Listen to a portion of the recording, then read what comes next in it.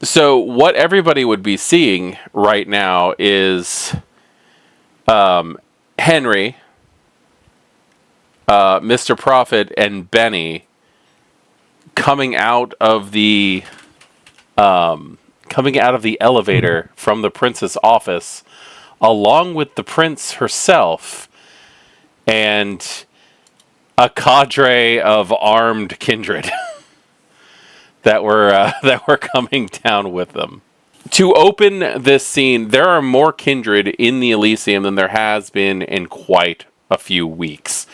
Since the curfews have been effectively lifted throughout the city, since the military presence has backed off quite a bit over the past few weeks, it's not gone. It's just backed off quite a bit. And the infighting between the Camarilla and the Anarchs has really just kind of slowed down. Only the most hectic militants are really pushing to keep the fighting going. There has not been as many kindred in the Elysium as there is tonight. The red gas blockade is still billowing along in the background, keeping the kindred in the city, completely unnoticed by the human population of Prague. But the kindred who have come to Prague for the second convention to see what Prince Marcus was attempting to do have pretty much just been stuck here, and the majority of them have been the ones who have been living in the Elysium itself for the time being. But tonight, like I said, it's crowded. There's just kindred wall to wall. And as Dr. Vega and Paul, I don't know, or Dr. Vega? Did I say it? Dr. Ford. What the hell? As Dr. Ford and Paul are entering in the Elysium, I don't know if you guys are together or if you're entering on separate, or if you're there just on in separate areas. The large balcony area over the fountain statue that leads up towards the prince's office is well in view. And you see the prince, Henry, Benny, and Mr. Prophet, followed by 5 leather-clad kindred, all heavily armed, stepping up onto the balcony, ready to address the assembled kindred. What are Paul and Dr. Ford's thoughts when they see this? So Dr. Ford's first thought is she finally going to claim Praxis? Or is this something completely different? Paul's thinking that he's obviously missed something big that goes down, and he'll probably, if he didn't enter with Dr. Ford, he'll walk over, make his way through the crowd a little closer to her. Okay, so you're making your way over towards Dr. Ford. I do have to ask Paul, I do have to ask you for Paul, though. Given the things that Paul has done away from the coterie, do you believe that there's been any advancement in what Paul's been doing?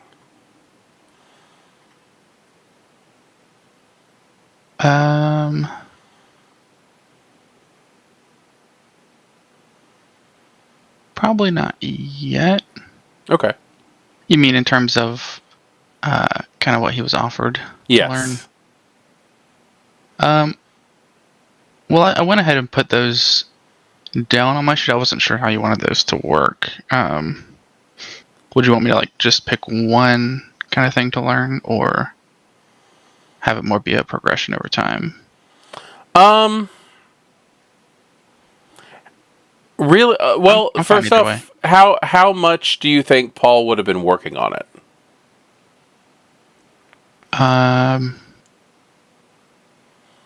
Probably that would have been what took up most of his time away from coterie activities. Okay. All right. So,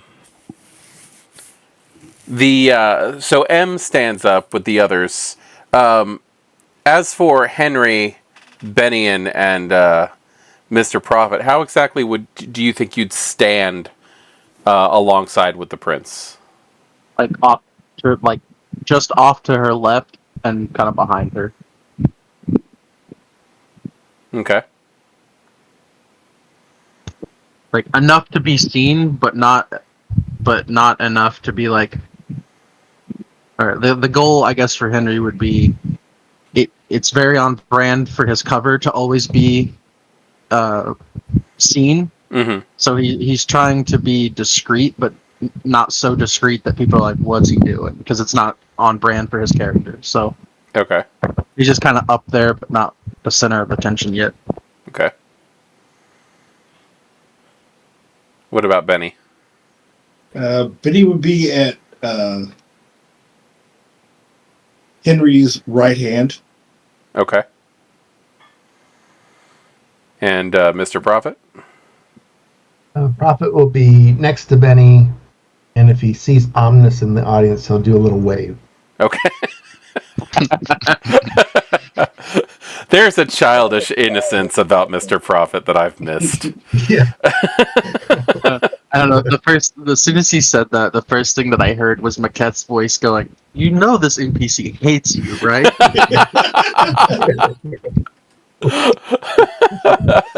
There is no question. I'm gonna win him over, guys. Listen, I believe in you. Actually, Mr. Prophet, please give me a charisma plus. Let's see, what's a good one? Let's see. Let's give me a charisma plus persuasion. No successes. No successes.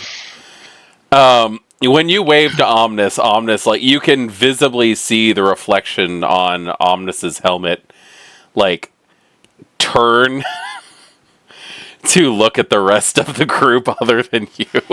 Omnis is directly avoiding your eye contact.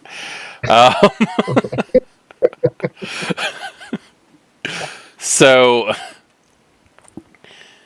M squares off on the balcony. She places her palms on the stone banister and seems to push down to make herself appear taller with all of you and the 5 archons that are all standing behind her. My kindred, it has come to our attention that the Second Inquisition is not the only danger that we're facing in Prague this night. It has come to our attention that the bloodshed that this blood hunt has caused may very well cause more turbulence in the coming nights.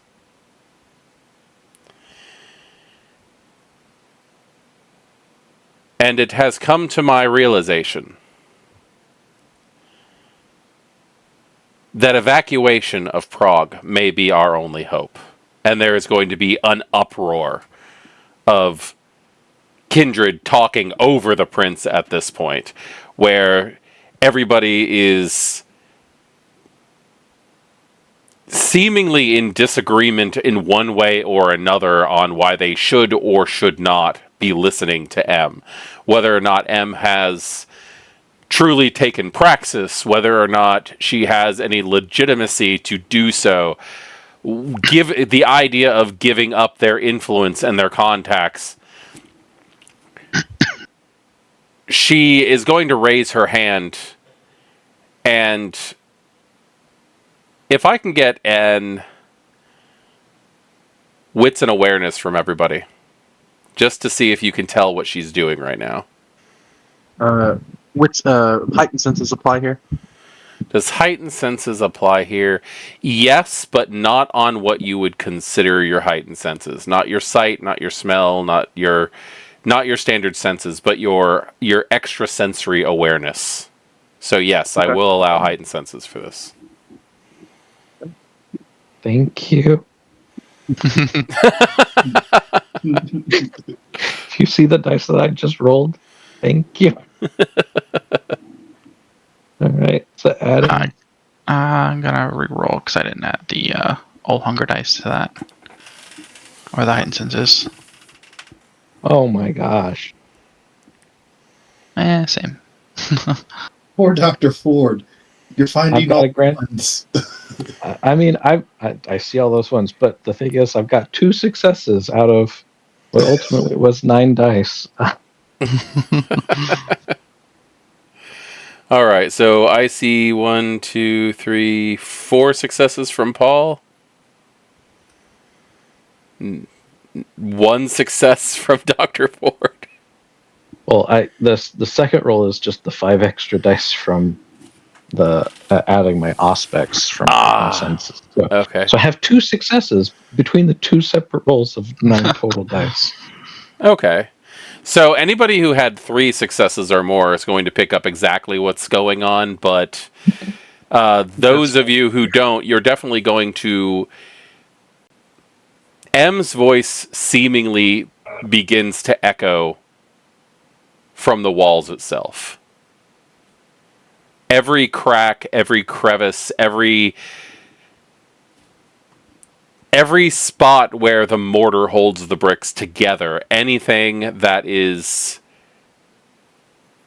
a change in depth of the bricks itself, the voice just seems to irradiate from it. And those of you who have 3 or higher will know that this is some strange discipline use. Does anybody have a 5 or higher? I Nope, think I think got 4 is the max. Okay, yeah, 4 cool. was my next. Well, then those of you with a 3 or higher can tell that this is some kind of discipline in use. But it doesn't seem...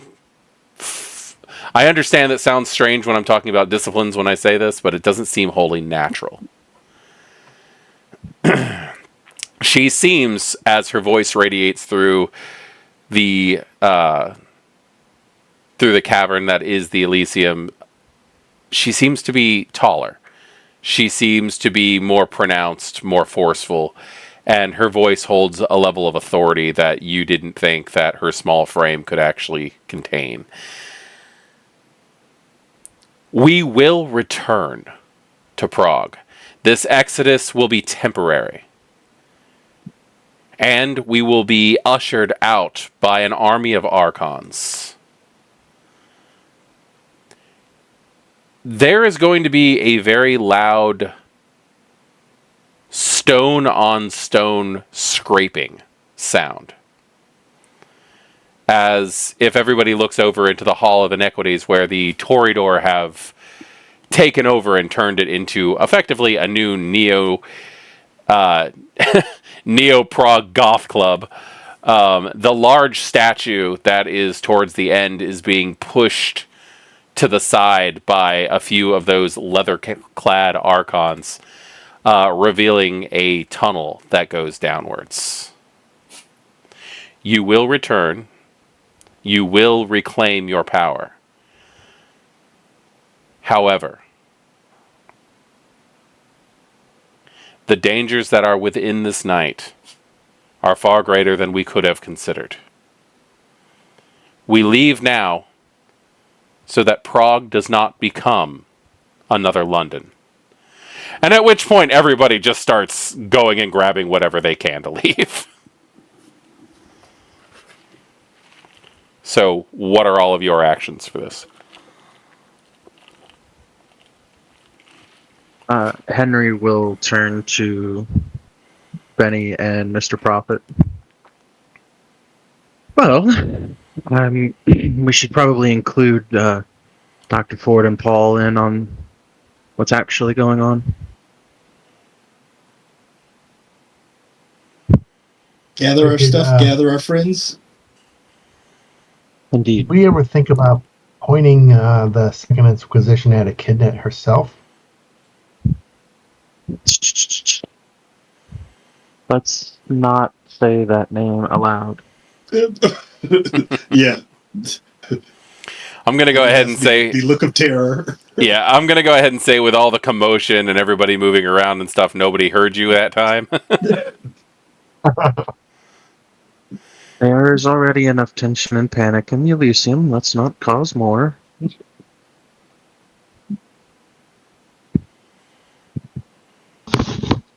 Did M turn and walk away? You said? I don't remember what you said about M. M, after she's done giving her speech, she turns and her and the 5 archons start walking back over towards the elevator. Okay. He'll just, and this is both in character and out of character, confirming the plan. Which, well, I guess I'll wait till we get everybody together to do that. So he'll just kind of leave her to do her thing for now. Okay.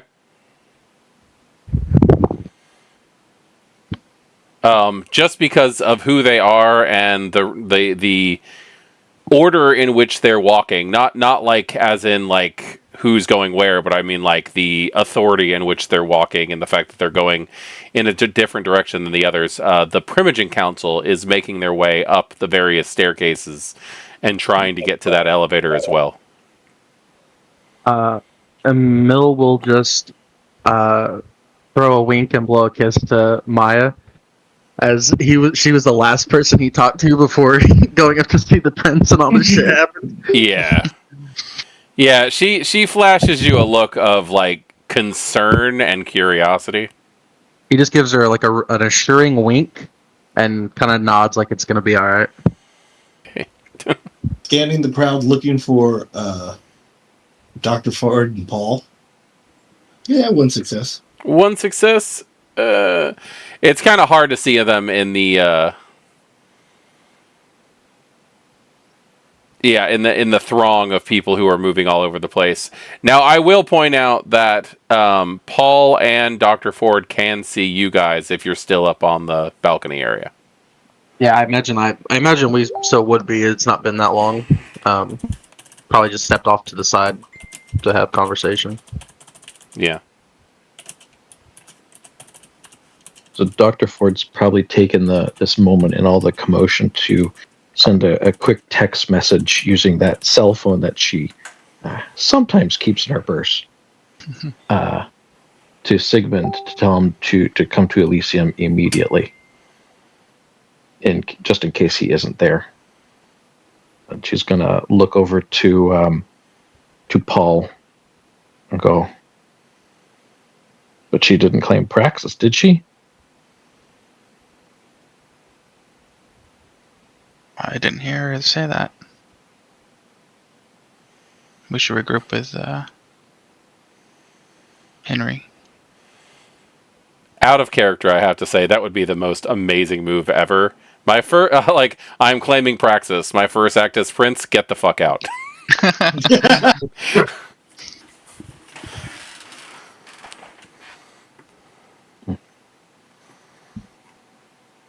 That's boss bitch energy right there. Right. Do you have to claim Praxis if everyone is gone? I think that's the quickest way to claim Praxis. Yeah. Just sitting in Elysium by herself. I claim Praxis. Any objections? No, that feels like something like a really, really old like Carpathian Zamisi would do. Be like, fine, all of you youngling, all you licks want to play by the rules of the Camarilla, fine. I declare Praxis. Who can challenge me? Nobody? Okay, leave my land. It's my domain, get out. Get out, or there's going to be a blood hunt on all of you. Yeah. And at this moment, there's a blood hunt on all members of the Camarilla who are not me. Be gone.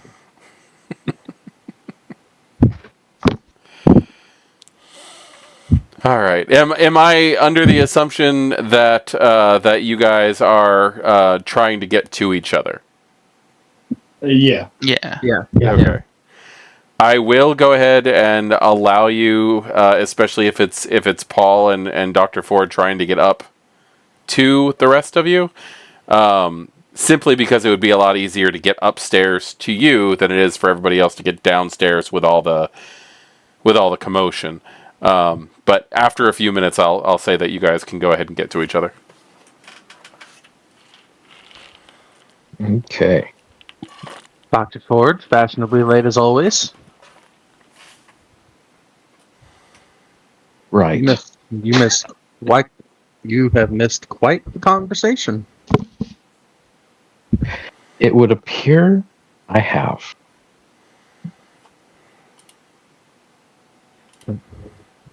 Shifting balances. We need to get to our stuff.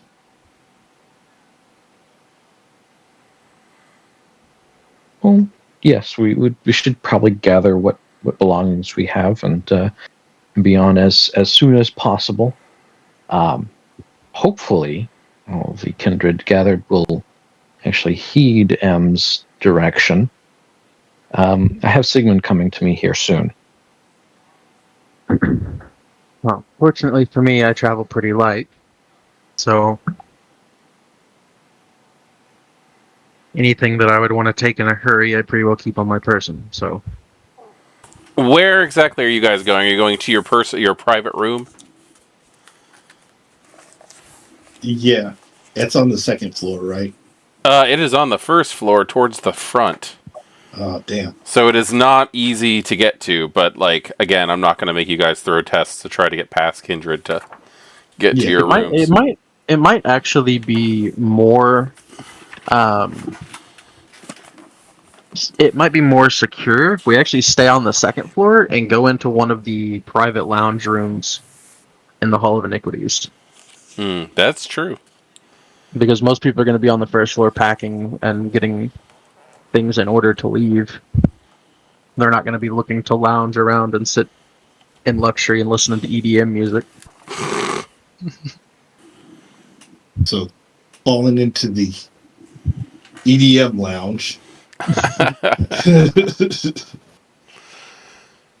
All right. So you guys are in one of the little private room booth areas of the Hall of Iniquity, and you can see a bunch of kindred who are just rushing around doing their thing. There are a few kindred here and there who have just decided we're just going to wait till things calm down, and have pretty much taken up the same stance as you all have, and have just found a little spot to secure themselves for the time being. What are you guys doing in your little booth? Emil will pour everybody a drink and offer it to them if they want it. I'll take one. Yep, Dr. Ford's definitely taking one at this point. I'll shake a flask. I'm good. Uh-huh. He gives you a pouty face and then just kind of cheekily smiles. Well, it seems the ants are all in a swarm now. Well, at least we finally got something happening. Between you, me, and a tree here, I think it goes to show why M hasn't declared praxis yet.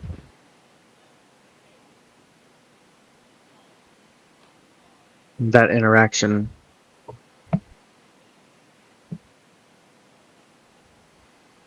She doesn't have the support to maintain it. Well, not only that, but in spite of all of her security practices, she doesn't have the... She knows how to lock down and keep things secure and hold up a location. She doesn't know how to manipulate the pawns on the board from the way she acted. I mean, maybe I'm underestimating her, but all of the plans that I gave her, and he kind of does a mocking, hands at his side bow motion in her reverence. Didn't seem as though she'd considered any of those as options. she was thinking about this and how to hold a location for her reputation, as opposed to how to play the long con and secure it outright in the end. But perhaps I'm wrong. Just my initial take on the way that went. And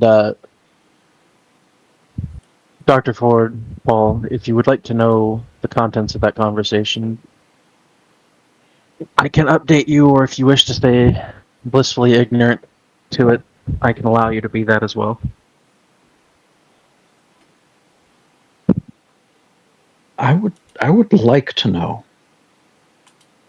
So I had expected her to claim Praxis at any point during that announcement tonight. Because I don't understand why she would think that declaring an evacuation without having claimed Praxis is better than claiming Praxis and declaring an evacuation. Because her quote-unquote claim to Praxis is based off of forgeries and falsehoods. She doesn't have Justicar support. Not really. So she was lying. The letter was a forgery. Did I not confirm that with you already? Like you actually could kind of taken back. My bad.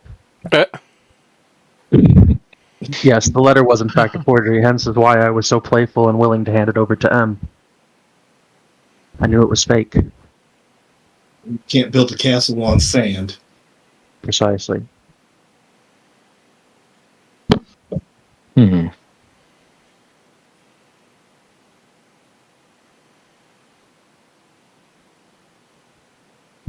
So what do we do with this?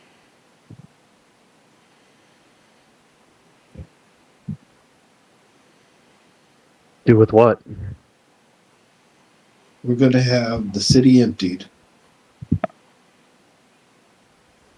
Things are going to go down. Hopefully,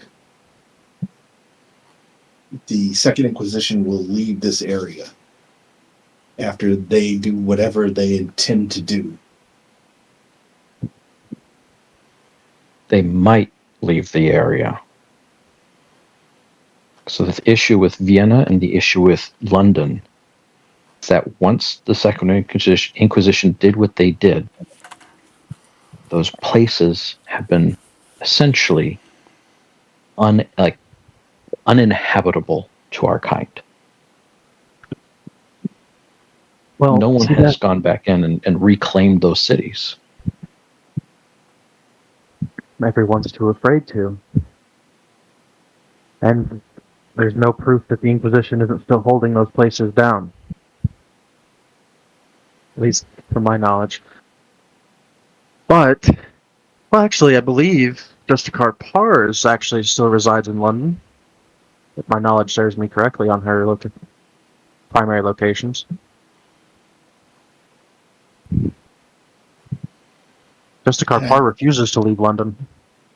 I don't believe they can produce the red gas infinitely. So they'd have to, at some point, try and hold it with just manpower. Which is why we need to make a trip to the University Gardens.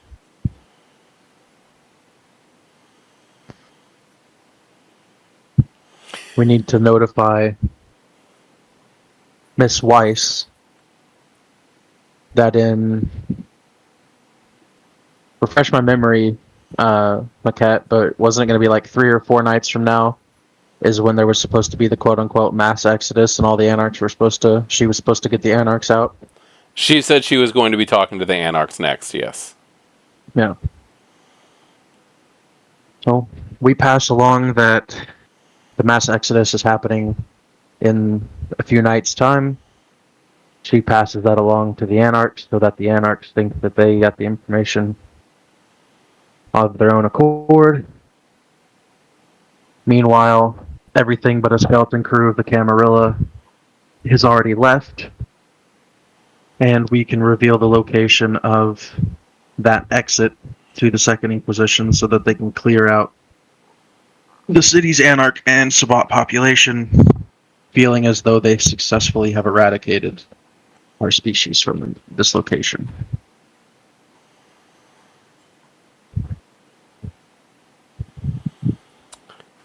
Where will we go in the meantime?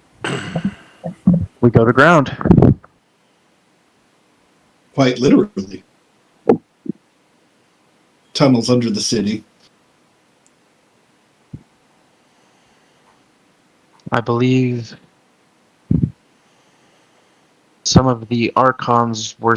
Correct me if I'm wrong, Mekhet, because I'm just barely remember. Like I'm scratching the memory. Yeah, no, I understand. It's been a while. I think that the archons were going to like collapse parts of the tunnels so that the SI couldn't get access to all of it, but they could get access to that particular exit. That I think was like to the old mine, right? Yes. And then an entrance point that I think, like the point from that mine and the tunnel that goes all the way to the Prince's Haven, they were basically going to collapse it. So that was the tunnel.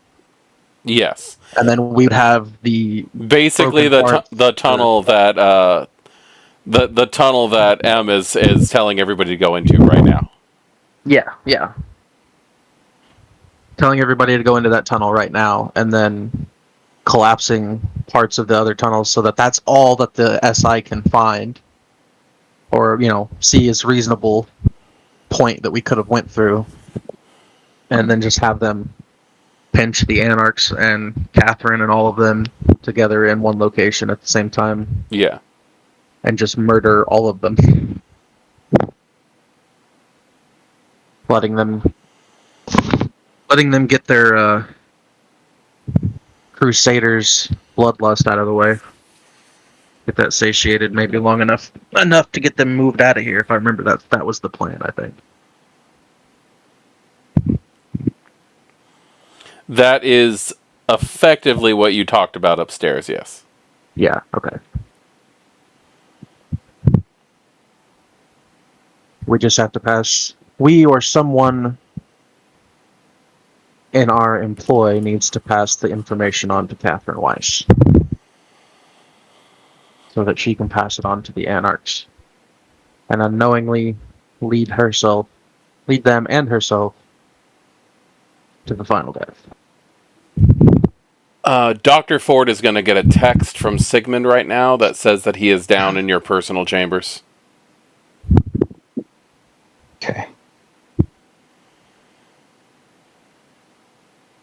All right. So she'll just kind of excuse herself from the group to say it appears Sigmund is in our area.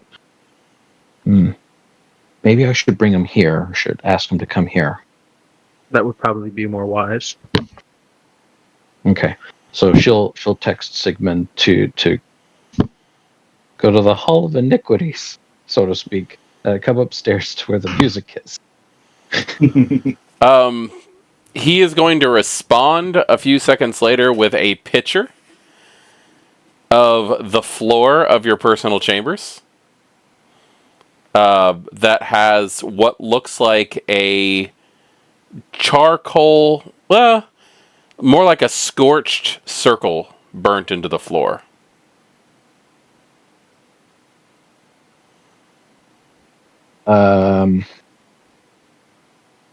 Do I recognize this?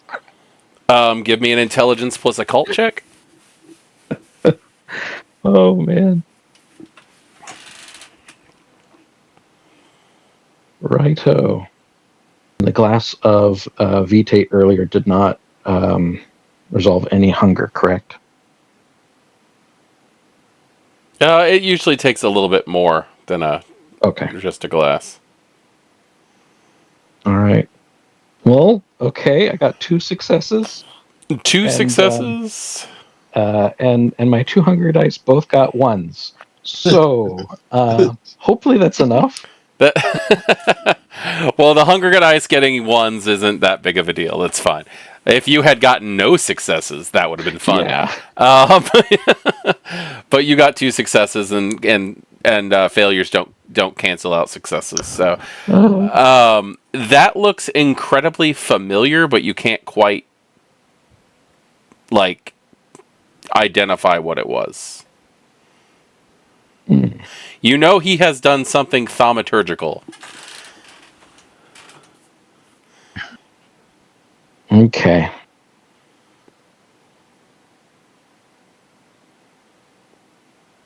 Great. Well, I'll just have to ask him when he gets here. Okay. I guess after a second you'll get a text, "Are you sure I'm coming to you?" Hmm.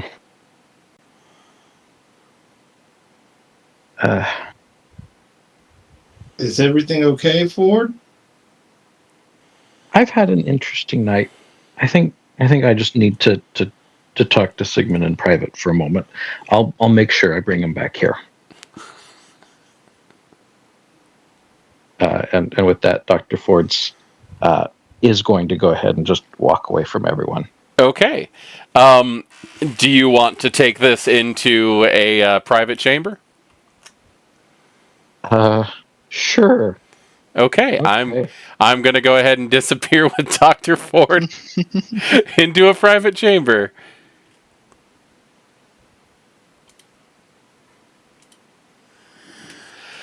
Okay. So after Dr. Ford fights past the kindred who are rushing back and forth, some of which you can tell are taking things that don't belong to them. Mm-hmm. You find Sigmund in the private chambers with a hefty scent of burning, like that there was a fire here very recently smell, and that scorched circle in the middle of the chamber.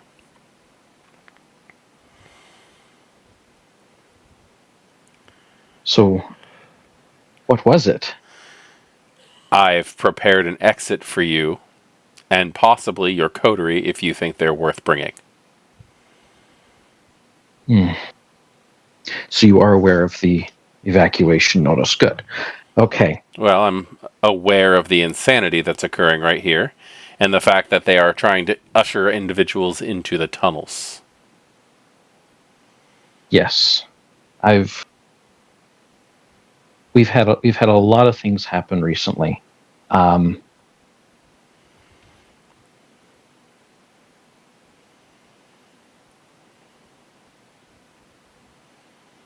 So apparently one of our coterie has been an Archon this entire time and has effectively recruited myself and the rest of this coterie into becoming auditors. There's supposedly a sleeping Methuselah underneath Prague that may or may not awaken if the bloodshed of the blood hunt continues, and there's so many other things that I can go into, but I don't really want to at this moment.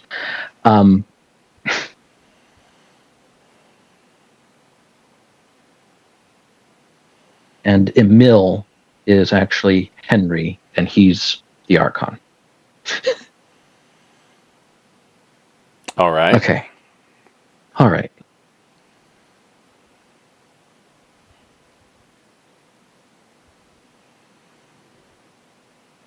With that said, Well, since then, we've got I'll leave it up to your better judgment. And he points at the circle on the floor. Whether or not bringing an Archon and the rest of your coterie to the Chantry is a good idea.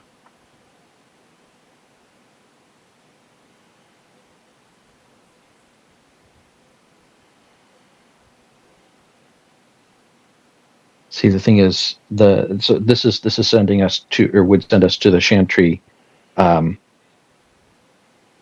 within the borders, not outside of the borders, correct? It would send you to Arden's Chantry. Oh, The first Chantry that was created in Prague. Yeah, the one outside of the red mist. Yes.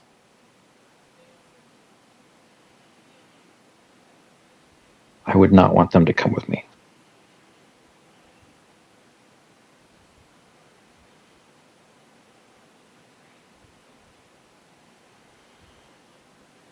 But I have also effectively been required to offer my services as an auditor to Henry. So unfortunately, I can't leave at this moment, even though I want to.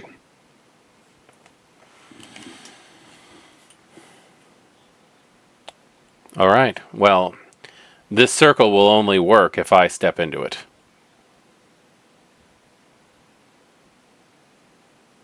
You are a valuable asset to the pyramid.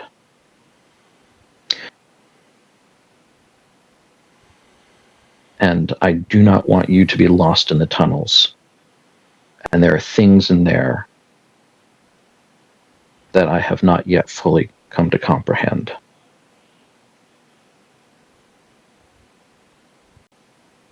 If you wish to go ahead and send yourself to the Chantry, you're welcome to it. Otherwise, you should come with me and we should stick together.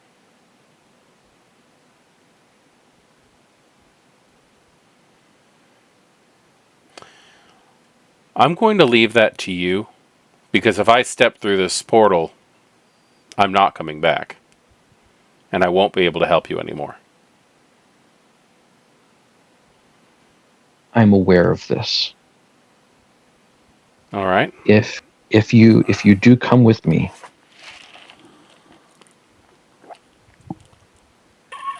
we may have to deal with Sabat, and we may have to deal with kindred who do not wish to go into the tunnels. I don't fully trust Henry. And I am convinced that keeping you safe as an asset is perhaps the smartest decision that I can make in this moment. So if you need someone other than yourself to make this decision, I'm going to ask you to step into that circle.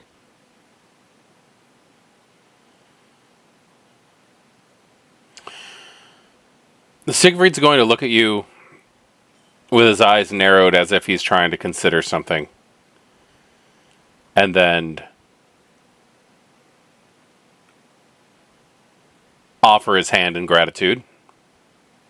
Shake your hand if you take it. She will definitely shake it. And then he just says, if you're sure.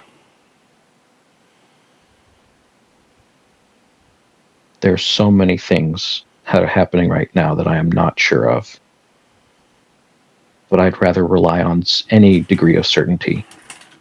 And the certainty for your survival is to step in that circle.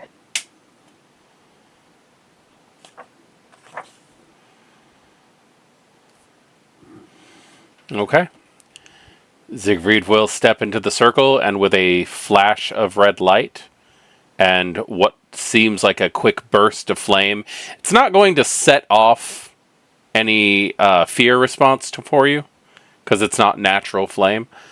But he will be gone.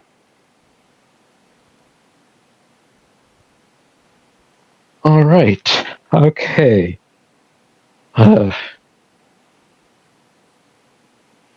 That's one less variable. And she'll return to the group. Okay, let's go back on over there then.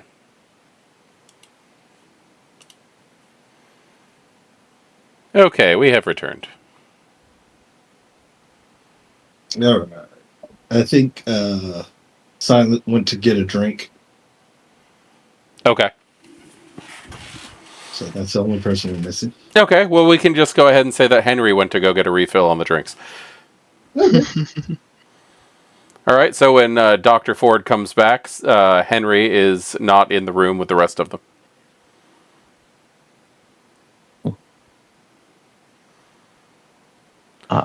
My apologies for leaving so abruptly. It's quite obvious that Dr. Ford enters without Sigmund. Or Siegfried. Where's Sigmund. Sigmund? Siggy! Is He will everything not be going all right? joining us. Everything's going all right for him. He has successfully evacuated the city now, as What? of 2 minutes ago. He cleared the city itself? Well, effectively, not literally. Sorry. Oh, don't tell me you killed Siggy. He's in a No. better place now. He went to a farm upstate. He's just what's that one joke with the computer stuff? Our princess is in another castle. Just call Sigmund your princess. It's a metaphor.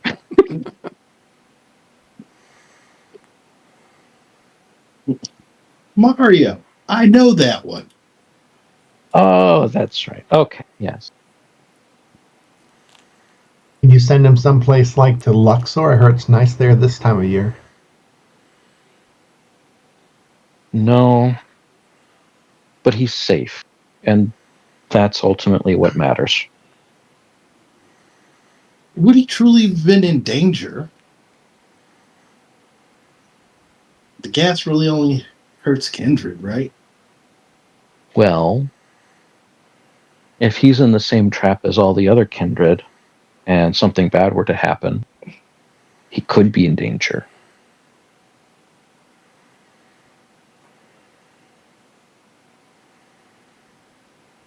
Basically, he gave me the option to abscond myself with him. And I told him that he should just go ahead and go.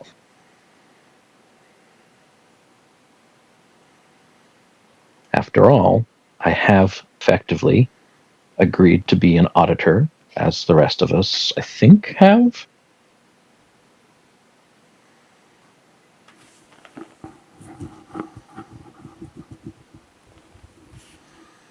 Those crickets are real loud. Yes, I have. So you're stuck here with us.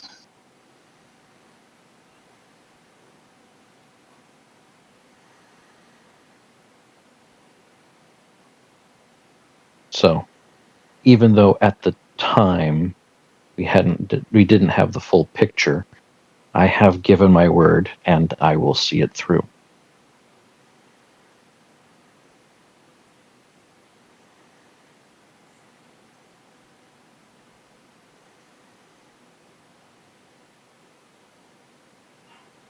But on a lighter note, how is everyone else? Trying not to get blown up. I'm Yeah. well. So, Mr. Prophet, I believe you and I have to collect a mouse tomorrow night, I believe. That's who we should tip off. Like, hit the mouse, give him the info, and pass it on. Oh, we have to retrieve him. Brunhilde gets what's coming to her.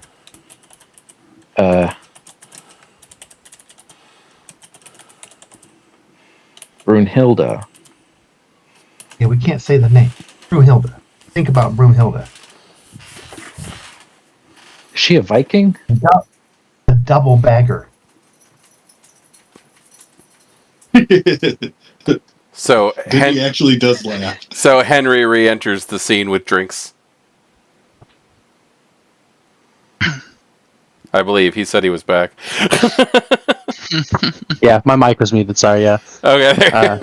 Like, and a wine for you, and a scotch for you.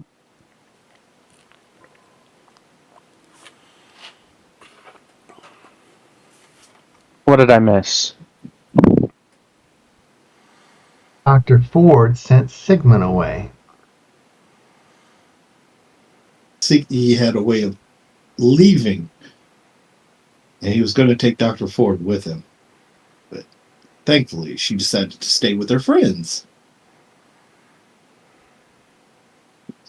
I'll give her a big hug.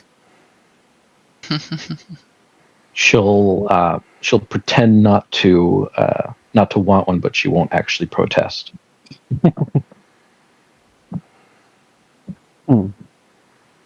Color me surprised.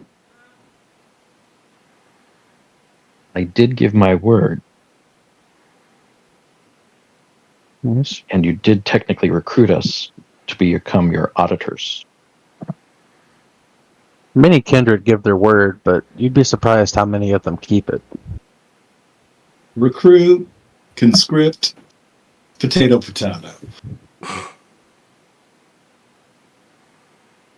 I was at least going to give you the choice.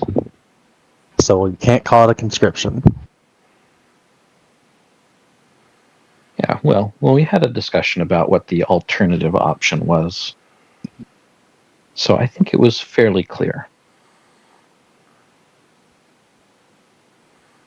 I'll actually pick up Dr. Ford's drink. Join us or die. Yeah. Not much of a choice. Yeah. She'll pick the drink up out of Benny's hand and go like, I thought it was die or join us. At least that's how I prefer to see it. And while you may continue to blame me for that, and I will continue to remind you that that is not my verdict or my decision putting you in that situation. That comes from higher up the ladder than me. I mean, you're welcome to appeal with Justicar this end if you'd like.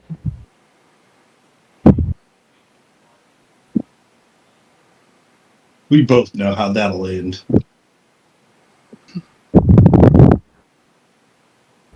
I mean, I see a best case scenario of you forgetting that any of us even existed.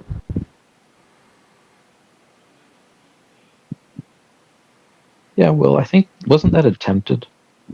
Yeah. Mm-hmm. Me forgetting is not something I do easily. Well, I told you when this was all over, if you want to be utterly and completely ignorant of any of this, I will call in a favor to make that happen for you exactly as you asked for it. But then I'd forget you.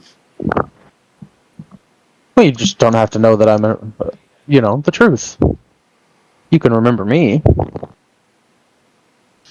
Hell, if calling a big enough favor, I could have you remembering decades of us together.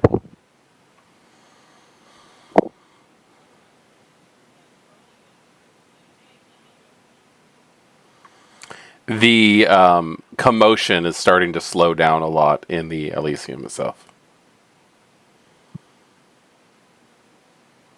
And since you're all in the Hall of Iniquity, they've started to actually start forming a bit of a line to get down into the tunnels. There are two Archons on each side of the line who are they're armed pretty well. We'll just put it that way. Really, very large guns, and they seem to just be ushering them through at this point. The die is cast. Yeah, Dr. Ford will ask Henry, how well do you know these other Archons? In passing.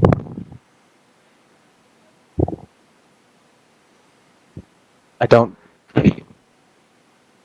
don't typically associate, at least publicly, with them. So working with them is a rarity. My personal style is much more personal and involved in the cities that I'm stationed in. Toting around with a coterie of known Archons is a really poor way to keep one's cover.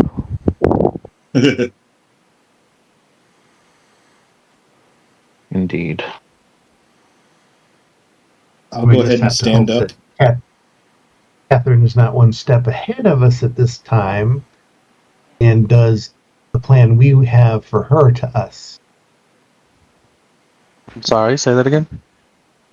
Oh, I just said I just hope that Catherine is not one step ahead of us, and that the people that get in the kill box in the tunnels are not our people.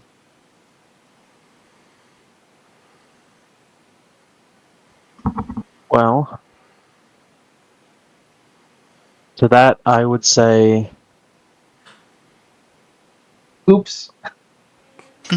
Wow. it would be my folly for thinking I could 5D chess a master of 6D chess. Well, I think I'm- if she was going to do that, she would have set that in motion and gotten the Anarchs out before setting us on the lead. I mean, She might not have had to talk to us at all. true. She But took she the could. time. But she couldn't because the Archons were already in the tunnels. Mm. She maybe has been quietly providing a way out for members of the Anarchs, but we put a halt on that when the Archons got in the tunnels. The moment that We we know that located, we know that she wanted to talk to us. it's true.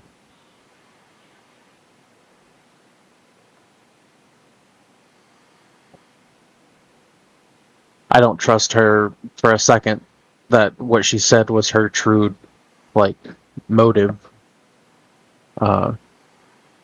Was actually her true motive, though. And she can paint me paranoid and indoctrinated. We don't use the P word. Do not use the P word. Apologies.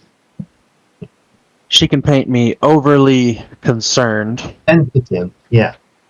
or indoctrinated into Camarilla politics all she wants. But when somebody's that old, I'm not going to let my guard down long enough to think that she's not already playing the game multiple steps ahead and I'm just going to be the fall guy or the one who gets stabbed in the back. I'm not stupid enough to believe her for that. I just think, like, in the multiverse in my head, that she could actually be honest about what she wanted, but the bias against her is so strong no one would ever believe that's what she honestly wanted, and so we would counterplan for her plan B when maybe she really has only plan A. Welcome to the world of 4D chess. 5D chess, or even 6D chess, as old as she is. But either way, she said she didn't need us at the latter part of our conversation, but at the beginning of our conversation, one of the first things she said to me is, one of the first things she said, I believe it was Benny who asked her if she was stuck here, and she says, well, I am now. Mm-hmm. So her story changed on what her reason for confronting us was quite a bit. Gonna look agitated and walk off. You walk off. Yep, headed back down to the communal room. Okay. So, Dr. Ford, what's the plan on picking up a mouse? Something I said.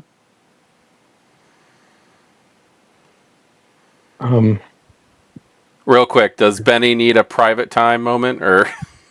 Oh, no. I'm just going down to collect my stuff, but Okay, just to let you know, when you get in there, there is a circle scorched into the floor. Like it looks like somebody set a fire.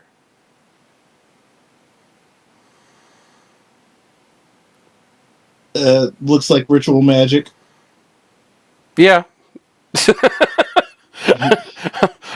There's no reason to say anything other than yes there. Yes, it looks like there was ritual magic. I'm collecting book bag, shotgun, grenade,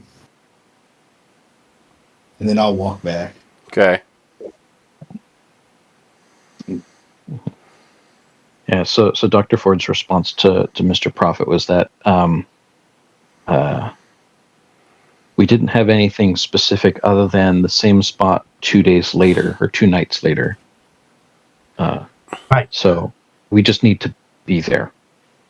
Right, because we did the plan within the plan, but I had you draw that stuff that didn't make any sense, but it didn't make any sense to you, so I knew it would make sense to Mouse, but not anyone else, and so he'd know to be there.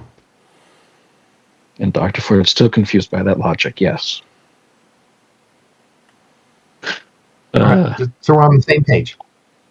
Precisely. Whatever page number that is, Dr. Ford has no idea, but she thinks it's the same page. Henry just kind of pipes up from across the room, just crosses his leg over the other knee, takes a step and goes, "Never change, Mr. Prophet." It would be page 78 in your file, Dr. Ford. The file that you have on me, or do I have a file somewhere? And she starts looking through her purse. Never mind. Returning.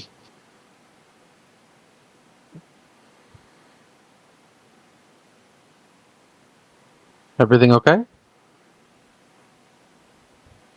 He'll nod.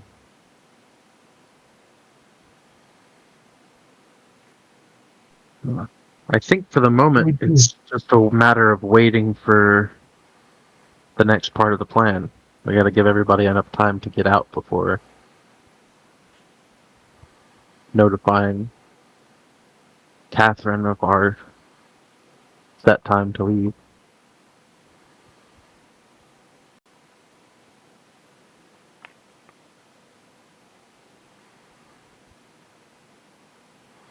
So are you guys just going to be hanging out here until the Elysium clears out? Wait Well, for the maybe stragglers. until yeah, maybe until like maybe members of the court, like the Primogen, show back up, because they all went up the elevator, right? Yes, they all went up into the prince's office, into M's office. Okay. And I wonder if there's going to be several kindred that aren't essentially designated members of the skeleton crew that are probably going to try to be stragglers as well. There are a few, like I said, who are sitting in like booth rooms like you are. But after a few moments, like towards the end of it, you'll start noticing the leather-clad archons who come out to them and basically force them to leave. At one point, one of the archons will actually walk through. He looks like he's about to say something, look around, see Henry sitting with you guys, and then just walk off.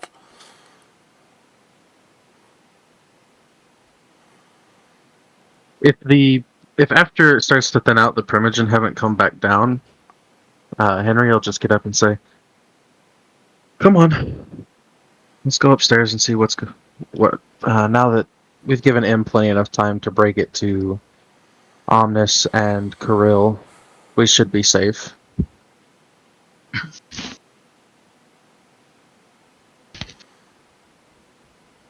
All right, so you are all heading back up there? Henry is. Not everybody has to follow him unless they just want to. Okay. I'll follow. I was about to say, I'll Yeah, go. probably go. We're all going. Okay. All go. Just all go together when we go. Just wanted to make sure. Also, I love that song. So you head upstairs, and the elevator stops at the level lower than M's office. Like it, even if you hit the button up directly to her office, it stops below, and you end up in this walk-through area that has what looks like a reception desk, some filing cabinets. It's nicely decorated, but it also is massively disheveled. And you can hear Kirill giving his opinions.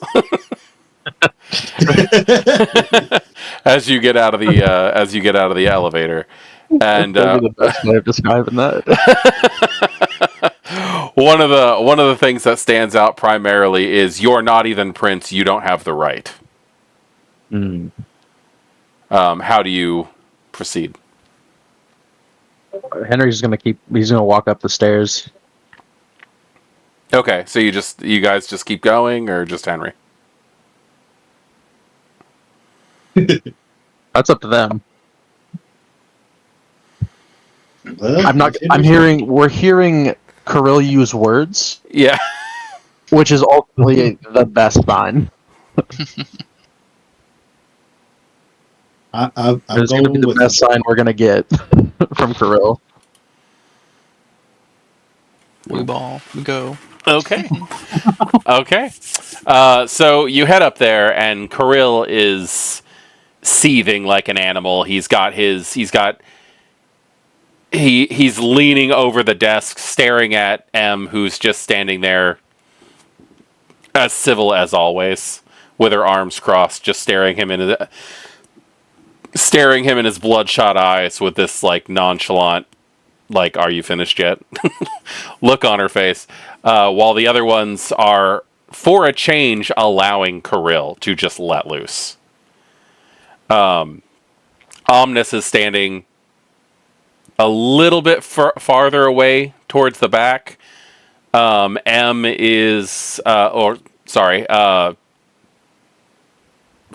names again. Maya, thank you. Maya is standing near the window behind M, looking down at the street below.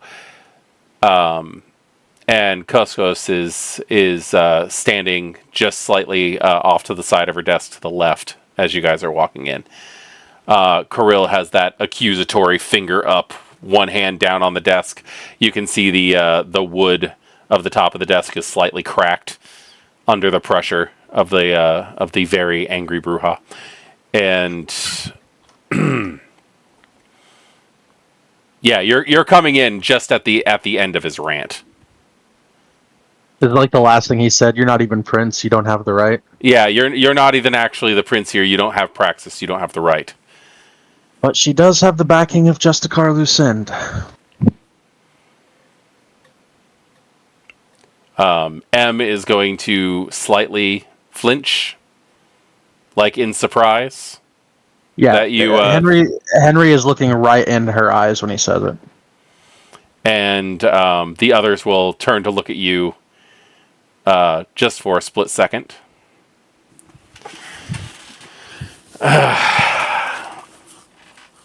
Hello. He waves to Maya. She just nods. To you. The other Archons are not anywhere that you can see. This seems to just be the city council. You saw the Archons go up the elevator with them, but you do not see them here in this office. Okay. So, and this will be M. So, the majority of the kindred from the city should be leaving. I'm not really sure where the Archons are planning on taking them, however.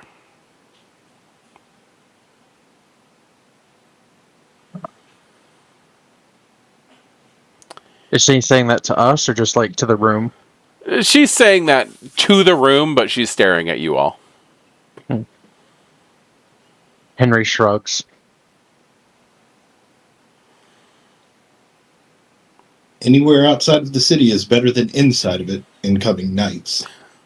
Kirill is going to... Possibly even days. Yeah, Kirill's going to scoff at that and look at you and go, well, exactly why do you say that? What is this big danger that's coming? And M is going to look directly at Henry. Would you like to explain?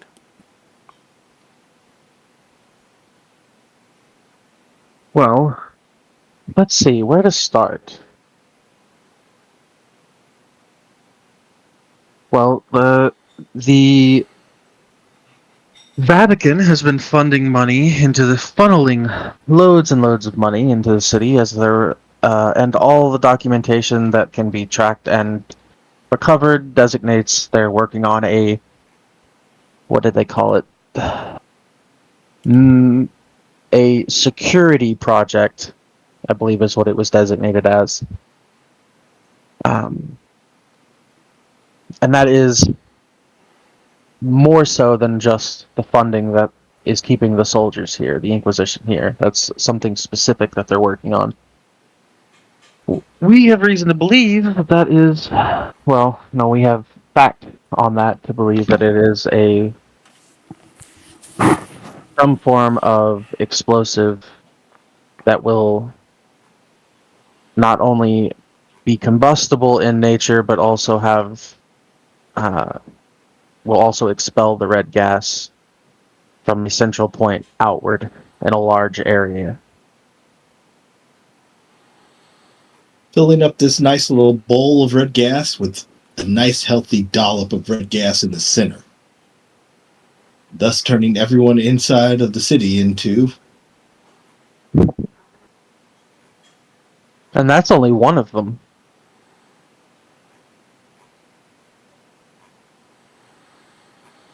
That's only one of the threats. Kirill just... He starts pacing back and forth like just a hungry tiger in a cage. And scoffs at everything that you're saying and gestures wildly towards the chained coffin in the corner of the room. And he's like, that one in there has more right to claim Praxis. And I discount that. And I need to see proof if we're actually going to think that they're going to firebomb Prague. Not even the Inquisition's stupid enough to do that. Well, you see, it's not the fires that get us. It's the gas itself. The kind unaffected by it. Have you been out in the streets? Have you tried to make your way through the fog? Have you seen the screaming faces? He just looks at you all just full of pissiness.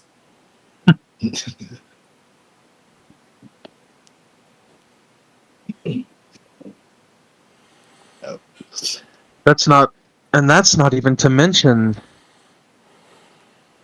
the agitator of Prague, and he'll lock eyes with Kirill when he says it, in the city, instigating a new Sabbat recruitment process, recruiting anarchs into the Sabbat. He just steps forward and he's like, more reason for us not to leave.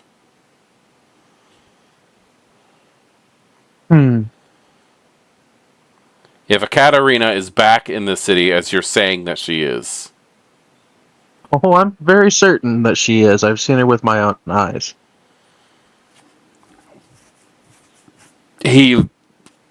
I'm gonna have to roll. That would be frenzy. Okay. All right. How do I do this again? It's been a while. Exclamation roll. Space. And then a number of dice, D10, plus a number of dice, D10 for his hunger.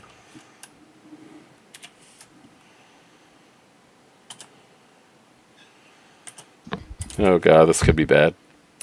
It doesn't look good.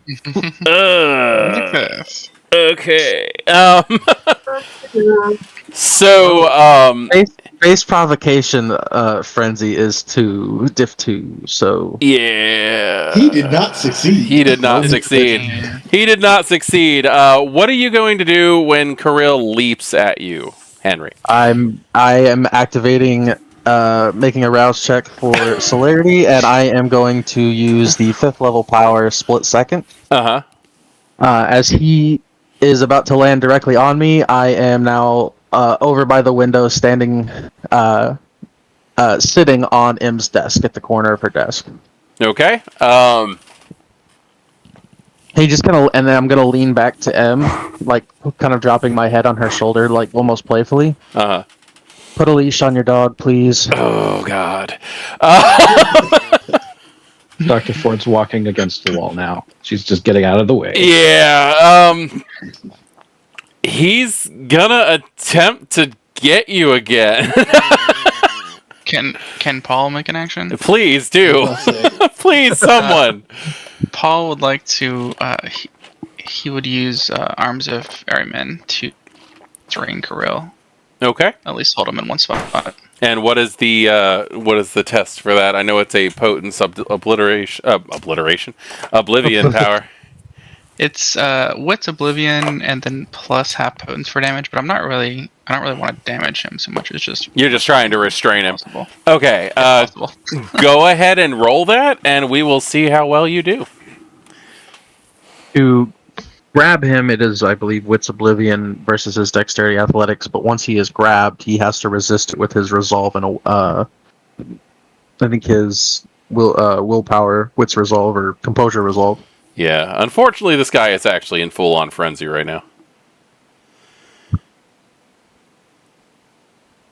5 successes. 6 successes. I'm going to go ahead and say you passed that straight out. 6 successes is pretty impressive. I fail. Okay, so you get a little bit hungrier. You can hear the voice inside your head talking about, I wonder how potent of blood Kirill has with a sire like a Katarina. Would the Camarilla really miss him? So His fangs extend a little bit, but he keeps his mouth shut. Yes, he's on all fours like an animal, and the shadows around him darken. You can see bands of shadow snaking up his arms and around his legs and even his waist, and they just pull taut and hold him down onto the floor as he just starts writhing and growling like a wild beast. Does anybody take any actions other than that? No, if he's restrained, I'm not doing anything. Yeah, once that's done, Paul just kind of looks towards M and Henry, as if to say, "No, what?" He knows he's not really supposed to be using disciplines in Elysium, but he's not going to push his luck. Yeah. It's- Nonchalantly, like it's nothing for him to do it at all. Cuscos is going to walk up, remove a very long, thin stake from within one of his sleeves, and just be like, I knew I was going to have to do this eventually, and just jam it through his back. There's a slight twitch, and Kirill is just going to fall limp onto the floor. I call dibs. Everybody looks at Benny. Hey, Everybody looks at Bunny. Excuse me? Oh, sorry. Cultural thing? what? Everyone was thinking it. He's not wrong. Well, Breaking the tension. It needed to be said. Something had to break. We've gotten far too serious. Let's get our people out of here. Well, now that the original, or now that the majority is handled, we do have the rest of the city to deal with. Kindred who were not here. The Anarch population. This Sabbat influence that you're saying is here. well, fortunately enough, Katarina has already made an effort to wrangle us into her schemes. So she is awaiting our answer as to whether or not we're going to allow her an opportunity to escape in a mass exodus through the tunnels. So we send word to the university.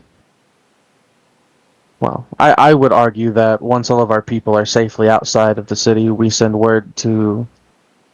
We let the information fall into the Inquisition's hands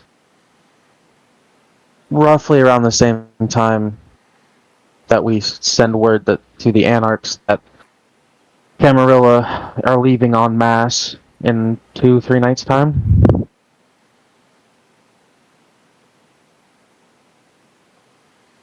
And we tell the Inquisition, let the Inquisition find out that a large number of us are looking to leave in 2 to 3 nights' time.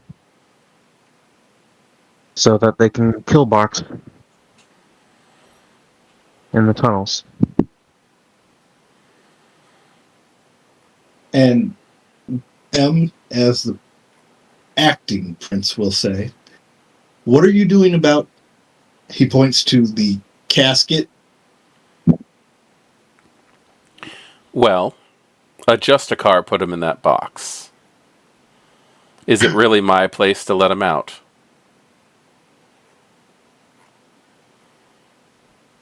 But we know what will happen What will happen? if he's caught in the gas. Is that airtight? I don't know. Send him with the Archons. Let the Justicars deal with him. That is definitely something we could do to handle this. We don't need the death of someone with as much age as he's accumulated. Potentially adding a risk of waking up what lays beneath.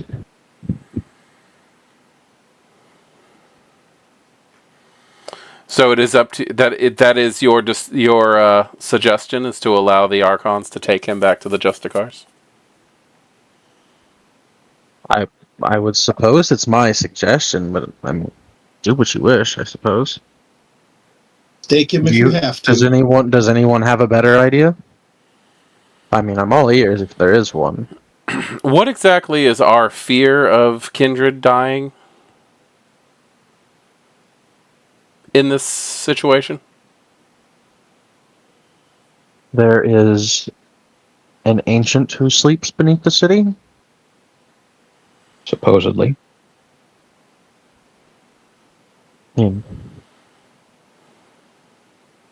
The idea is supposedly a Methuselah is asleep beneath Prague, and the more bloodshed of kindred that occurs, the more likely this Methuselah is to awake.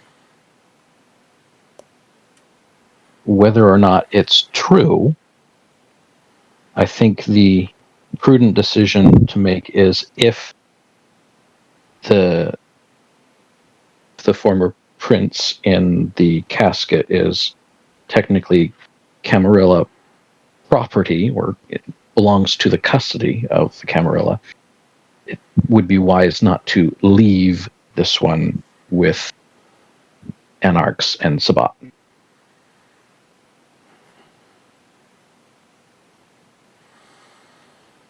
She turns to the rest of the council, and Omnis will step forward and point at Kirill and says, maybe we should allow the Archons to take both of these problems with them.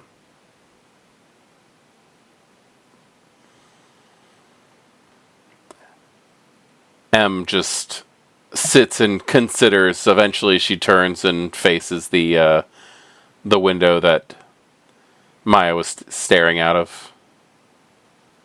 While I don't disagree that would be very convenient for some, would it not be best for this court to keep Ekaterina's child under our thumb in case she does pose to be more of a complicated issue? Do you think she cares about him?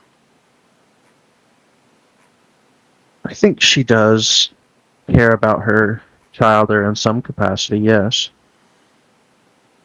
I believe, and correct me out of character if I'm wrong, Mekhet, but didn't Kirill make a comment about her having tried to recruit him to join her and Kristoff several times? Oh, yes. Decades ago, Yeah. he did say that. Yeah. Yeah. I And think more that there was. importantly, Oh, go ahead. and more importantly, if things go sideways and we have to deal with Ekaterina on a permanent basis, a frenzied child of hers might give her a little bit of pause. If nothing else, at least keep her busy long enough for the rest of us to scuttle away.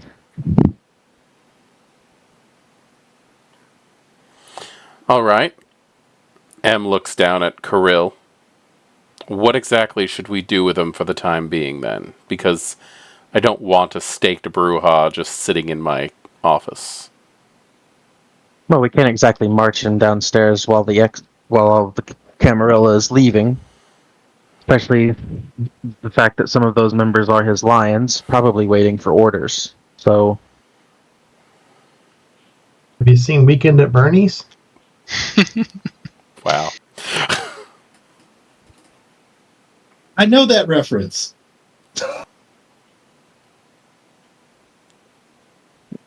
who's Bernie? Need a VHS player. Bernie Sanders, of course. Oh, jeez.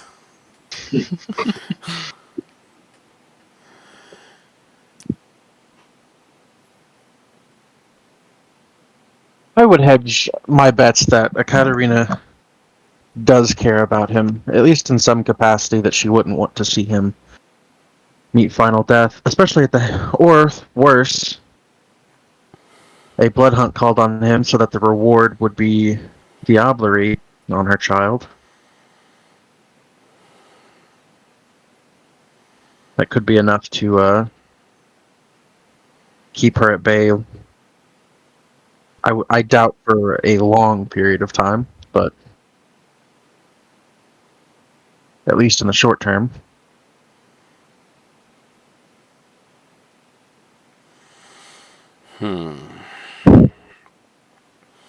When we unstake him, it's just going to be the same problem again, though. Again, you don't need to control the chaos and make it order. You just need to aim the chaos where you want it to destroy.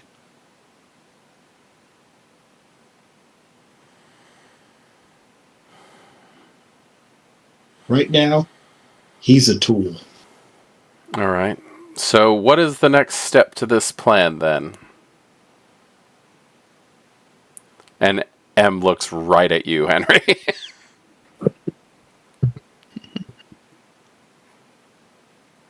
He kind of looks around at everybody like, Yeah, they're all just looking at you.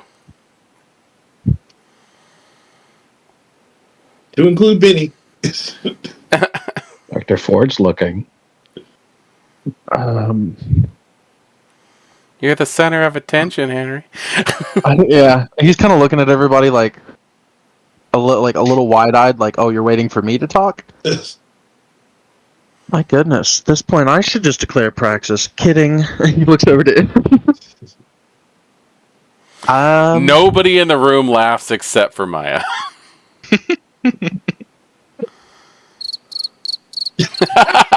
God damn it. That stupid soundboard. Mr. Prophet's just like, "Oops, my phone's going off. Hold on." Well, the next point of order is to have a court decision as to whether or not we intend. Well, really, it's just finalizing the details of the next 2 to 3 steps. I mean, I will have a well-informed network, and that is reliable. I'm not the only one. And he looks to Omnis and Maya. What information can we pull together that's viable for us here that would help us in navigating these final 2 steps of our plan and making sure that the execution is flawless? There is very little room for error. We need the Anarchs to think that they found the information of their own volition and that we were going to leave them without that information and leave them to die in the hands of the Inquisition. So that will give them the motivation to want to get it get to the tunnels and leave on their own for an escape. What stops them from wanting to stay here and just claim the city for their own? Self-preservation. Do you really think the Anarchs have that? If they don't, they'll be dead. It's funny that Paul and I should speak up on this behalf. Yeah. As it stands, the two of us are new to the Camarilla. Relatively speaking. And how are they getting the news again?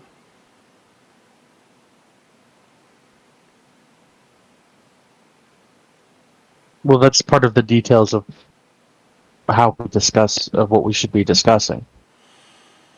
One of the ways is we simply just notify Ekaterina that in 2-3 nights' time that the Camarilla will be leaving en masse and the Archons will be leading everyone out, and she could blend in with the crowd and escape. After all, I believe that's what she wanted. Okay. So you're going to be the one giving the giving Ekaterina the message then? I said we, as in the royal we. If we have to, we will. Well, you've already had contact with her, correct? She had contact with us, but yes.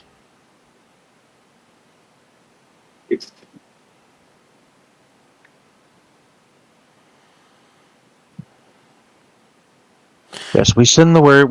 That's one option.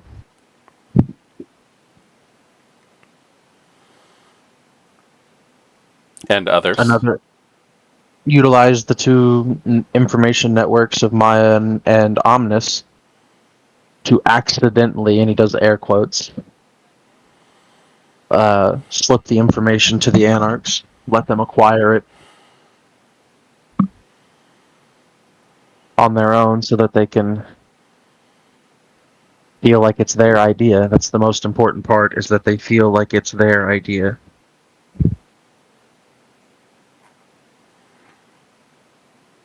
Once again, it's the illusion of choice. Correct.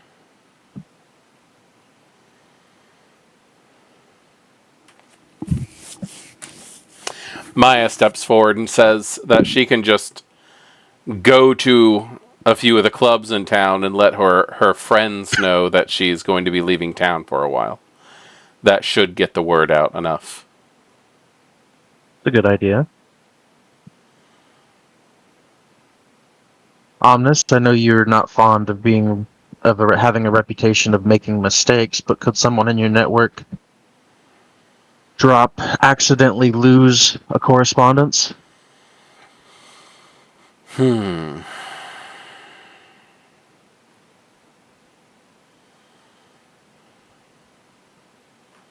We may be able to arrange something like that.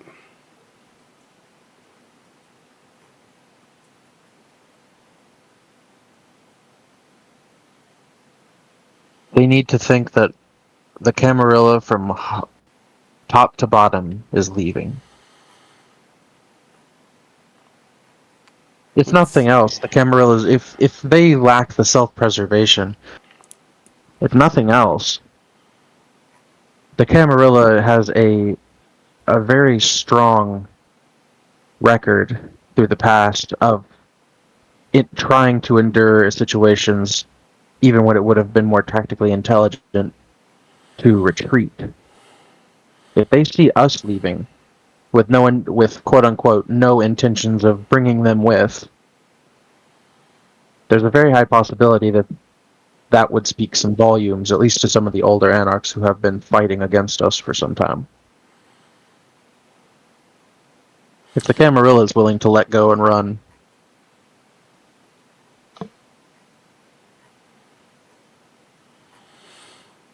Okay.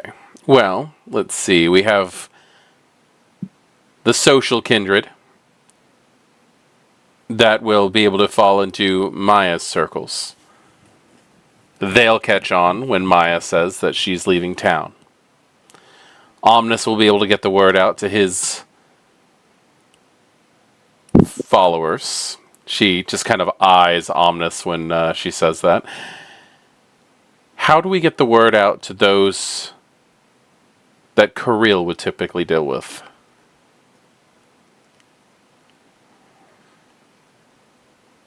Hmm.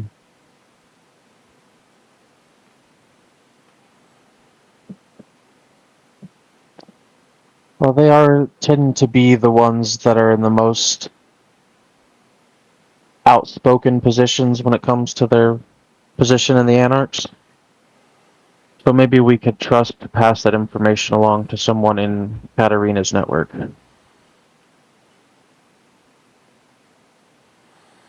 We should deal with Katerina. Well, I have multiple ideas of how we should deal with her, but it's a matter of getting the most mileage out of her before we do so.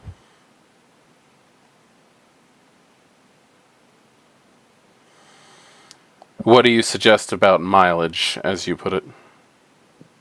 Well, we need her to play her part. We need her to... She's the one who come to me acting as if she was the savior, going to be the savior of Prague, to wanting to get us all to leave before the sleeping ancient woke up. So if we tell her that if we play along with what she thinks she's manipulating us into doing, which is leaving, and then passes that information on to the Anarchs that she wants to leave so that they don't die in the battle, then that would reach more Anarchs also to leave. And then depending on whether or not she attempts to escape, again, she had a lot of contradictory statements, so it's not quite certain on what her actual motives or goals were. There were statements of her being the one to stay behind, her and her pack being the one to stay behind and deal with the Ancient. There was comments that she was stuck and needed a mass exodus to get out without the Archons noticing her. So we can trust her to play her part, at least in notifying the Anarchs. At least parts of the Anarchs. Beyond that, we have to discuss, and he kind of just lets his hand like lazily point toward Kirill. That's when we decide whether or not she's going to give us more mileage or if it's time to deal with her.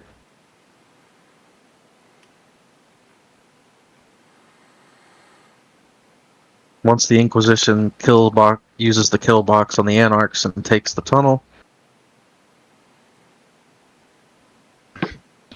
then we can worry about whether or not she died in the tunnels with them or if she's still in the city. She looks around. Em looks around at the others in the room and says, I think you all know your parts then. Maya will walk over to her, take her hand and kiss her ring, and walk out. Omnis stands up straight, looks like they're about to bow, does not, turns around and leaves. And Kosos walks up, nods, picks up Kirill over his shoulder like firemen hold. Like, without even looking like it's a thing, and then starts walking towards the elevator as well. So it's just all of you left in the room with M at the moment. I'm curious, Dr. Ford, Paul, what are your thoughts?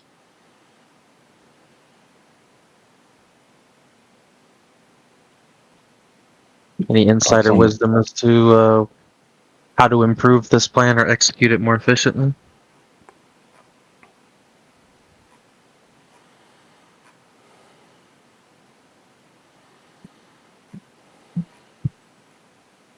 Paul scratches the side of his head a little bit.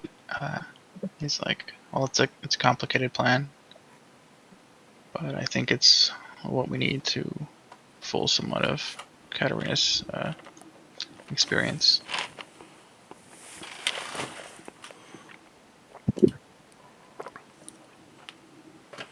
I think it's reasonable to assume that,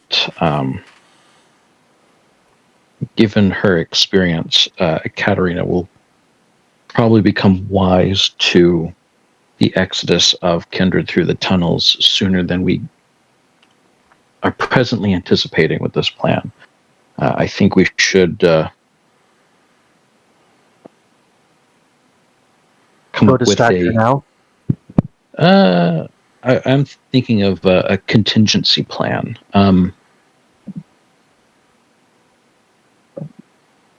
She will probably not be expecting anyone to show up at that, should we call it a dead drop or rendezvous point?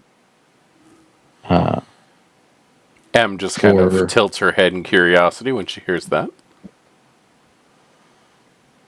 until the designated time, supposedly.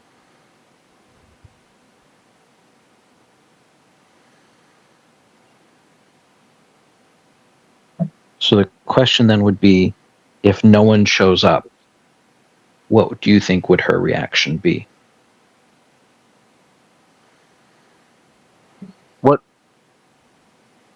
What rendezvous point were you referring to? Didn't you say something earlier about the university gardens? Hmm. Yes. Okay. Yeah. To the gardens. Yeah. If no one showed up, her likely response would be to assume that either we have no intentions of working with her,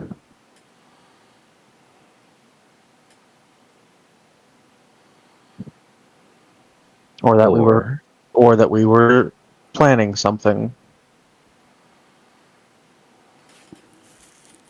that we were being cautious, careful, and methodical in our planning, which, when somebody as wise as she is involved, you don't want her to think you're being that methodical or calculated. I would assume that she wouldn't wait to find out. Yeah. And she has the same information we do as to the day, time of the attack. So she knows she's on a time limit as well. Mm-hmm.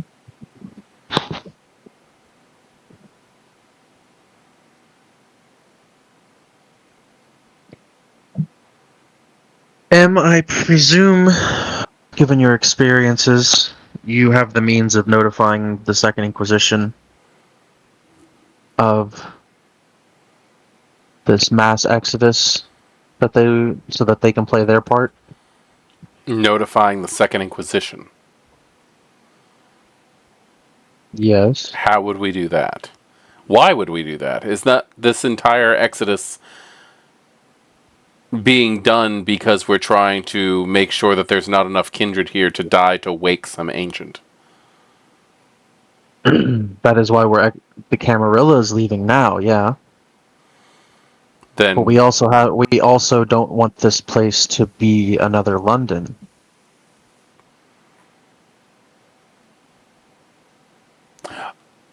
I don't know how you think that we would contact the Second Inquisition. Again, we let them think it's their idea. Let them think they caught someone. That they caught something that we didn't want them to know.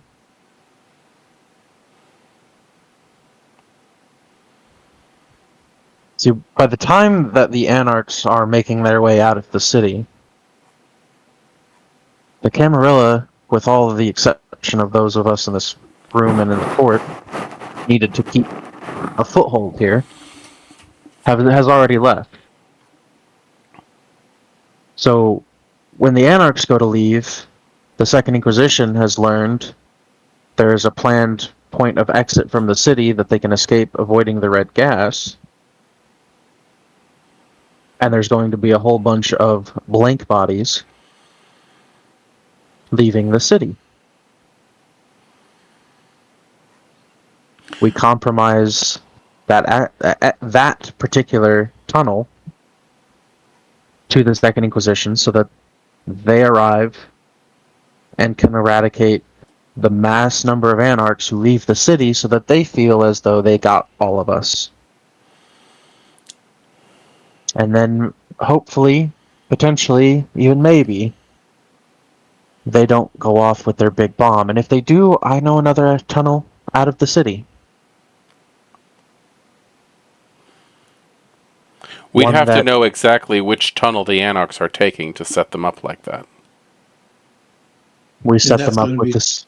That's the point of having the Archons uh, collapse the tunnels in a particular way that is the only tunnel they can take.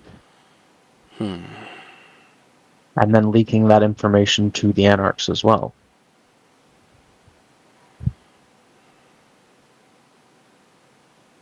But without a complete and accurate map of the tunnels, we don't know if there's another secret tunnel that we are unaware of.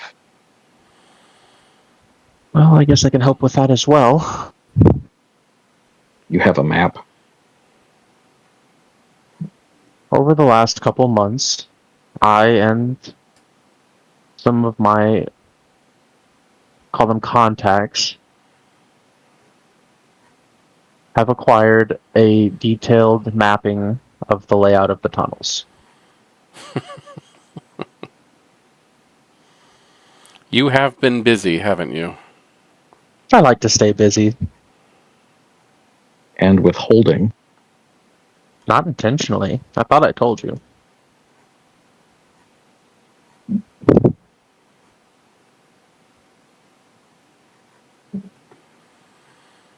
What Right. What did you guys expect? I'm too pretty to die here.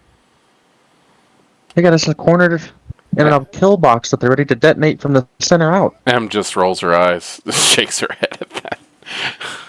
And that was the reaction that I told she would give. I can offer up a tool if we need it.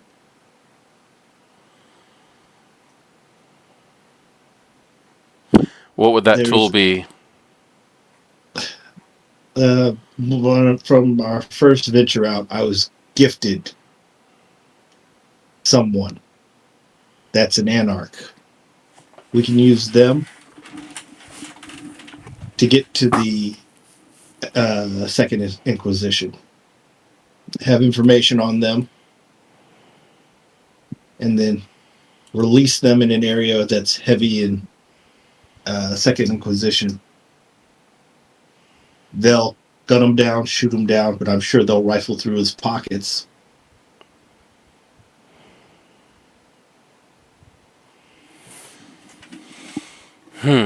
You were gifted an Anarch. Right now.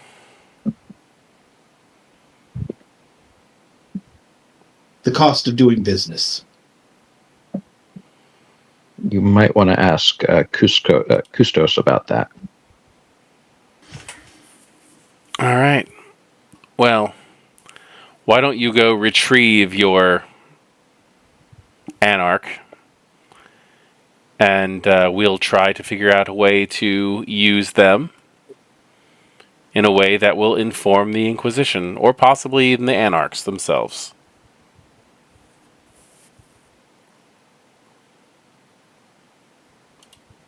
Probably best to use them for the SI. Are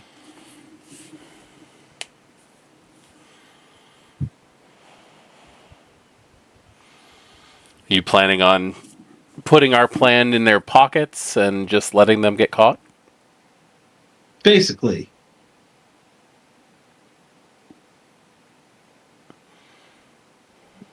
We put a very nondescript field correspondence on their person. I'm assuming it's been some time since they fed, so turn them loose into the Prince's old haven. Yeah, actually, your Anarch. How have you been keeping them? Feeding them rats, cats, dogs. Okay. If need be, I can get them to frenzy before releasing them. Turn him loose in a highly populated area with lots of entity, and just let events play out in the most probable way that they will.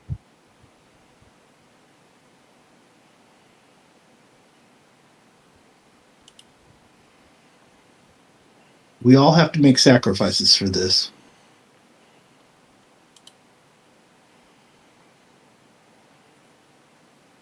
If we want it to work, at least. Yes.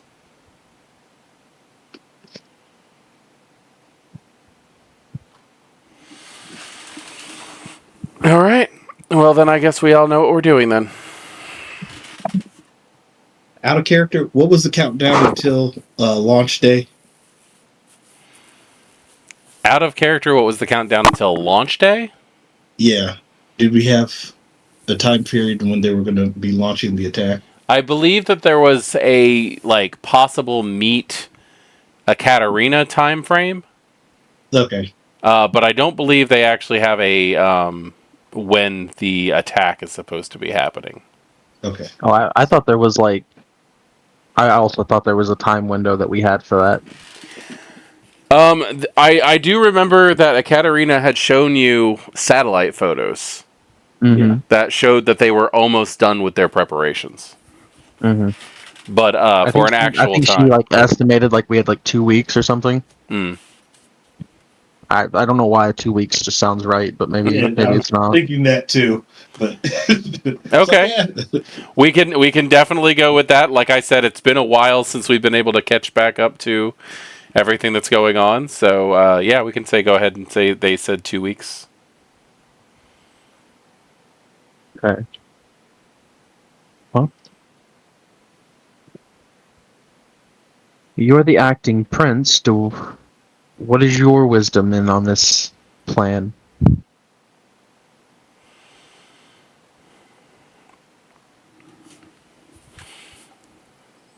My thoughts on this entire thing is that it's full of regret.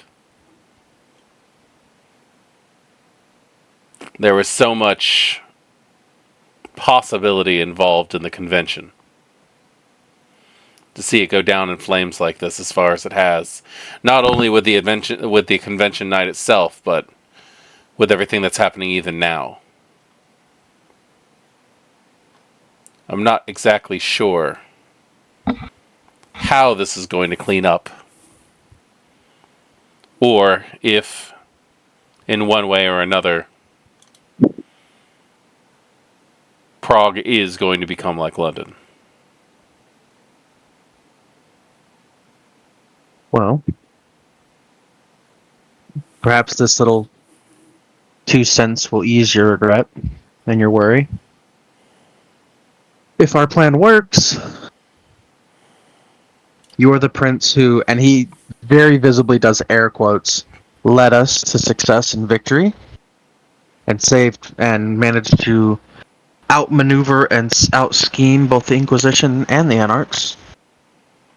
And if we're really lucky, maybe you're even the prince who saw the death of Katerina the Wise.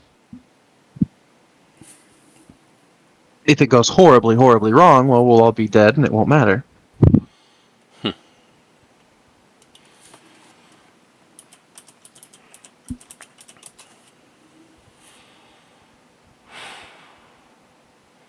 At this point, I think all we can do is hope that this works. With all due respect, which I'm just going to say this out of character, I think every time Emil has ever said with all due respect, it has been a very disrespectful statement. I was about to say, you never say with all due respect when you say something respectful. I never do. I'm pretty sure that's just when anybody says in all due respect. In all due respect, hoping you can certainly spend all day and all night hoping, but hope doesn't get things done. Taking action does. Oh, I'm not planning on preventing anything. It's time to get this plan of yours in motion. One final thing. Yes. The cost. The what? The cost. I have an ask. All right. What is that? My plan to have a seat at your Primogen Council.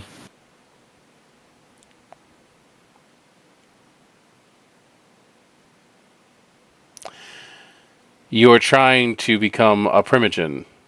Not me, but a member of my clan. I note the distinct lack of Banu Hakim in the city. I seek to rectify that after this. Well, the Banu Hakim do not have a Justicar. I understand that. Yes.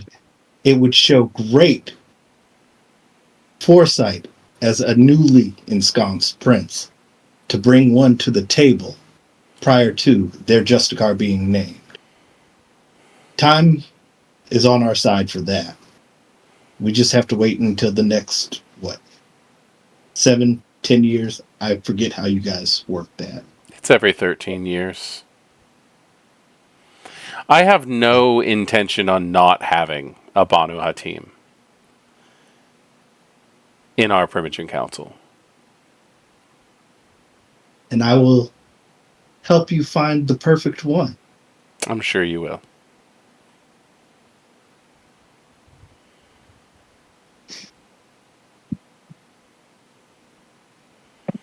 I'll call that an agreement. I suppose if we're going to go ahead and air that side of the business, if my plan works, one that I've noticed that you've been very keen to not interject or involve yourself in directly. Even you, as you said it, we all have our objectives, yet, and as Benjamin said, we all have to make sacrifices. You, at this particular moment, only gain from our efforts.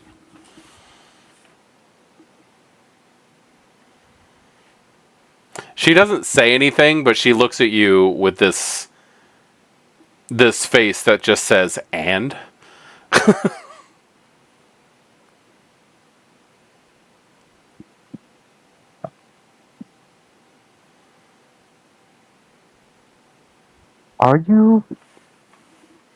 Do you really have intentions of being a prince?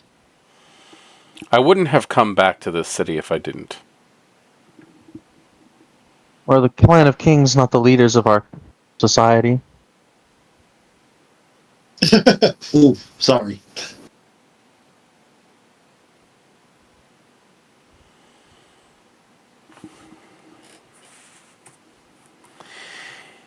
If I don't take praxis in this city, then one like Kirill will.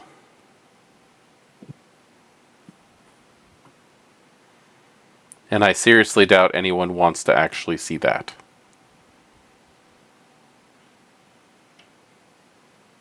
No. No, I think Kirill is... Someone like Kirill would be unqualified for the position.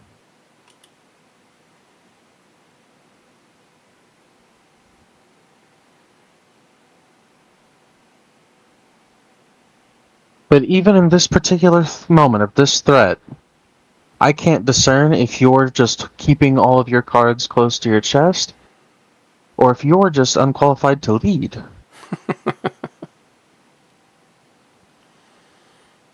Your lack of foresight and input has quite frankly shocked me. I'd heard really some very impressive things about the child of Marcus.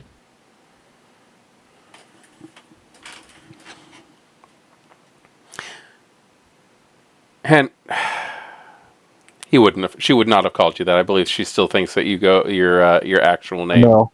Yeah, Yeah. she still calls you by Emil. Emil, I'm young. I'm a neonate.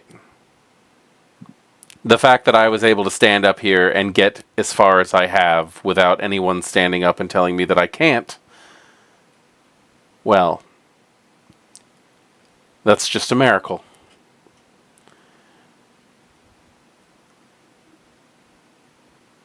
You know, it's funny that you call it a miracle, but I would call that what most people consider miracles is really just the crossroads of opportunity and hard work. I didn't say you didn't earn your place up here. Does anybody truly earn the power they have in the Camarilla? No. Oh. Sorry. She'll look at you and smile when you say that. You have to scheme. You have to backstab. You have to lie. No one's hands are clean in the Camarilla is the one thing I've learned in my No kindred few years. in any part of our life, regardless of political opinions, has clean hands. And my Even time working in the TSA proves that I have the proper connections to run this city better than most.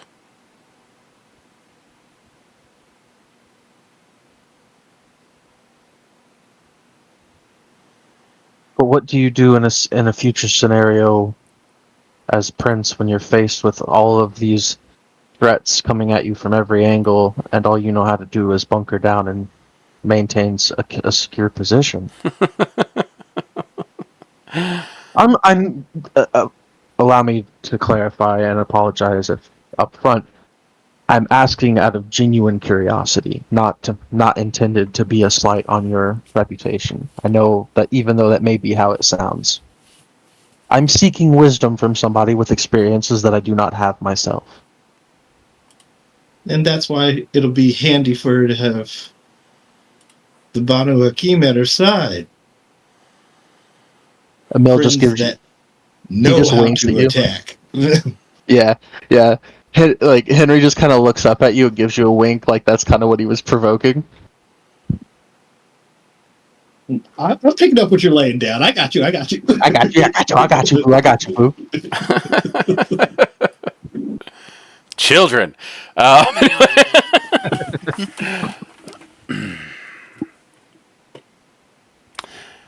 This situation, this entire situation, is something that was brought about by impulsiveness and stupidity.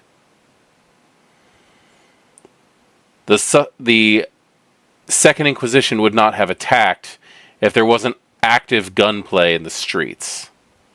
If people weren't feeding in front of CCTV monitors.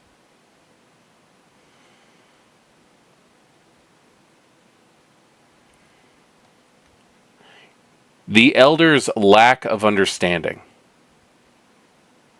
of how the modern world works is not something that I'm going to permit in this city once we come back in and reclaim what's ours.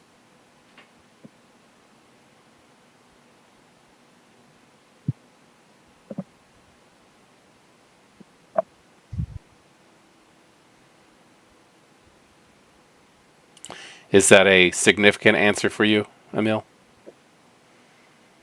I think I understand what you're implying.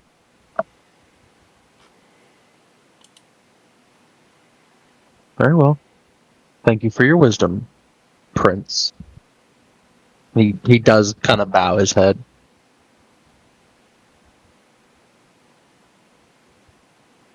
Then I will personally see to it that Ekaterina is fed the information she needs and hopefully distracted long enough for the remainder of our court, or for the remainder of the Camarilla to leave.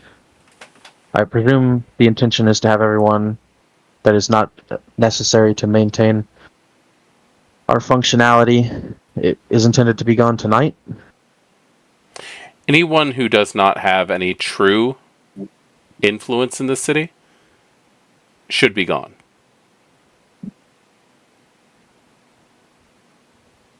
And the remainder, those of us who will remain, assuming that everything goes according to plan and the rest of us don't have to leave, our our movements and our activities will have to be under some rather strict guidelines if we're to keep up the illusion that the Second Inquisition has cleared us out. Agreed.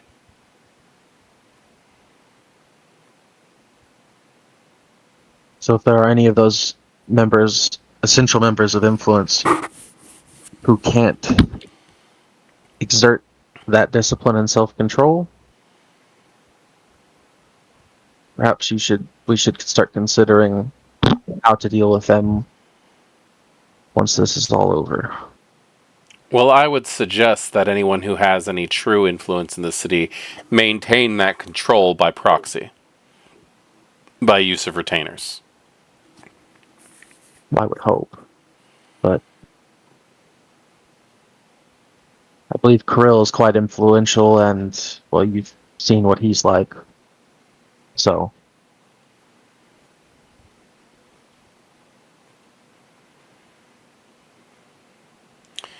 I don't think Kirill is really going to have much of a choice, given his current situation. oh, he doesn't. Which is better for us in the long run.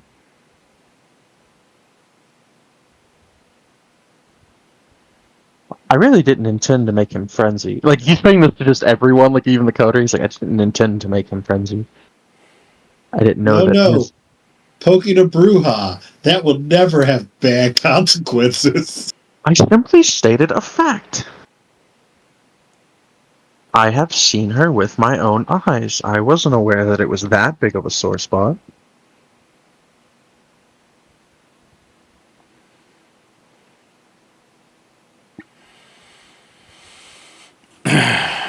All right. Well, I have some arrangements to prepare now. I would suggest that everyone who's in the city who has any true power, or anyone who is staying behind to wrap up loose ends, we should stay to your 3-night schedule. So let them know that we're leaving in 3 nights, as opposed to let the Anarchs and Katarina know that the Camarilla will be leaving in 3 nights. That And was let the time that you agreed on, correct? That was the plan was to get the majority of us out before the 3 nights are up. So if we let them know we're leaving in 3 nights, the Anarchs will get there, hopefully, in 3 nights, at least a majority of them. Mm-hmm. And then they'll be met with gunfire from the Inquisition, while the remainder of us comfortably just sit here in our... And he just does a half-ass gesture, our little ivory tower. It seems like that's the way it's going to have to be. Yes. Okay, just making sure that we were on the same page. I have a Methuselah to go distract. So.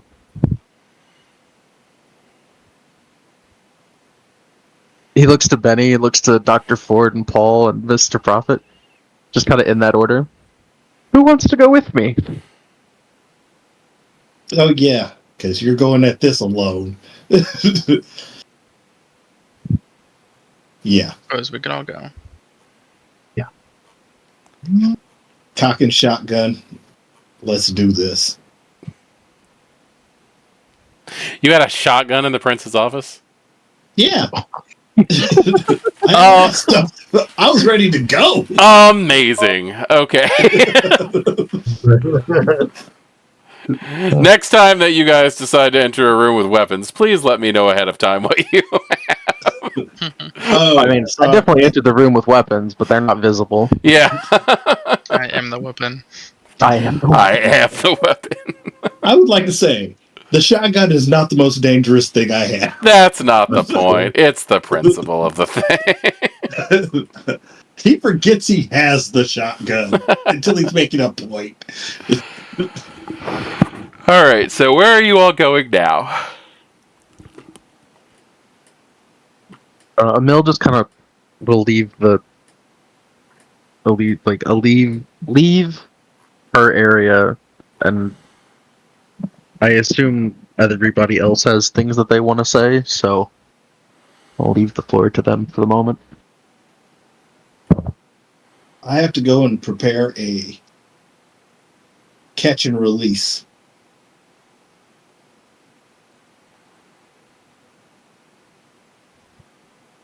for the entity of the city. So, do we want to do the Katarina first, or do you want? Are you going to give me time to go prepare that?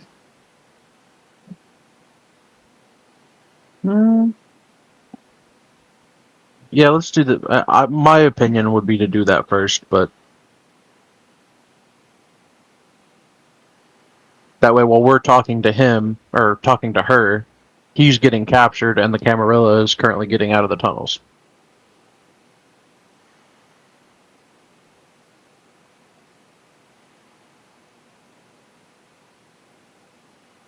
Would What you do you like guys someone to go with you, Benny? The problem with that is, if you're going to visit a Katarina, we know she has blood sorcery. So, Mm-hmm. of the coterie, I think I should be there to notice if she's doing something. No offense, Dr. Ford. Oh, my apologies. My idea was that we, as a coterie, help you prepare your catch and release him, and then we release him on the way to see a Katarina. I'll go get him and I'll meet you guys with him. Because I'll need to prepare him. Okay. Where should we meet? I'd say let's just plan to meet like near the Divine Disco. Turn him loose. Point him in the direction of the Prince's Haven. Send him on. And then we can cut across to, and I apologize, it wasn't the University Gardens, it was the Rudolphinium. All right, so you guys get down to the bottom of the elevator, which opens up upon that balcony area over the fountain that looks over the Elysium, and it is ghostly quiet down here. There are there's still a small handful of kindred that are just kind of meandering around. They're all trying to head out, but they're all just going at their. These are the kindred that are like, whatever, humans. We can take whatever humans throw at us, kind of thing. So at the bottom of the elevator, door opens. You see these people, and it is up to you. What now?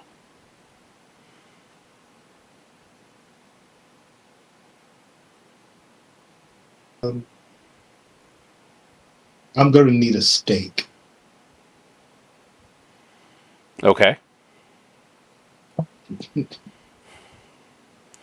I'm assuming you mean a shaft of wood, and not. Yeah. Medium rare. Mop handle, whatever. Okay, are you just looking for something that you can break and make a stake out of Yeah. in the Elysium? Wouldn't there be stakes down in the armory? Down in the armory, yeah, we'll go ahead and say that some weird vampire decided that it was a good idea to start stockpiling stakes. No, they were fighting Anarch. I mean, that's true. Just have those around. Might want to have a few of those. So you guys going down into the armory? Mm-hmm. Okay. When you get down there, you definitely find the stakes, but pretty much everything else has been taken. Okay, for a point of note keeping here, Yes. did Henry get to keep the burst rifle that he'd taken off of? Did you turn it in? Or That's kind of what I like. he would have kept it on him if he was permitted to, but if Custos was like, shame, shame, everybody knows your name, he'd have put it up. So, Given everything that you guys were doing, they weren't really checking weapons very much. okay. So I will leave that up to you. If you want to keep that on you, that's fine. Yeah, Henry probably has kept it near his bed or under his bed. Yeah. There's been, the last few sessions have really been like a one event to the next, so it's not like you've had a chance to do that anyway. Okay. But yeah, down there, all you really have is like the sound of the mechanical SI dummies that are just being moved around by gears. Maybe a few clips that have been left behind, random bullets that got dropped that nobody picked up, that kind of thing. But most of the weapons themselves have been taken. I'm gonna go check the sword room. Nobody ever uses swords in Bloodhunt. I do. It's a skill issue. I do, and It is a skill I do, issue. and I've gotten to the point where I win most of my rounds now. Uh-huh. So go ahead and give me a investigation plus awareness to see if you can find something down there. Of course, you'd ask me to be good at my job. I do. That's 2 skills.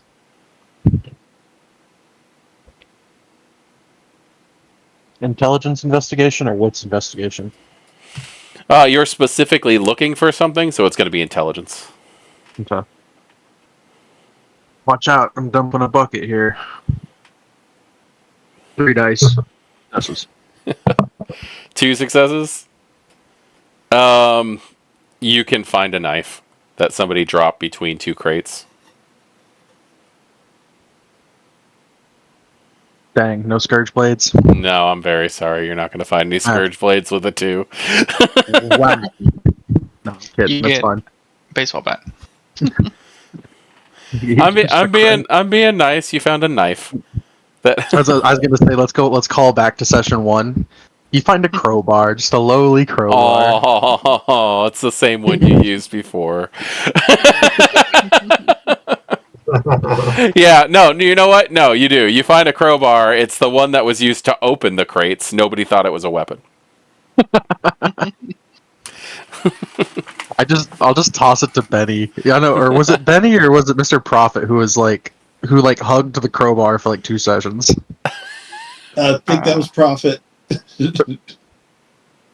I'm gonna give it to whoever that was. Also, I'll give it to Prophet. Okay. Benny can make steaks out of these crates. That's true. I You only can. need one. There's a pallet on the floor that's all messed up. Somebody stepped on it. There's steaks already made out of it.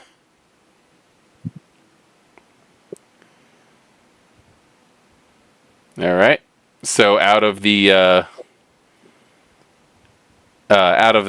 armory, what next?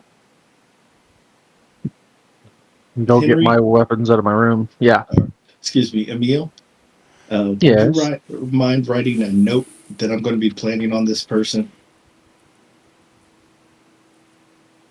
Of course. So that way it looks official. I can take care of that for you. Not Benny's chicken scratch. Yeah. Whoever is going into the communal room that you all had, there's a large scorch mark in the center of the floor. Like it's a ring. It kind of looks like somebody set like a hula hoop on fire or something. What the hell? Does anyone know what this is? Yes. Look, Dr. Ford, slowly.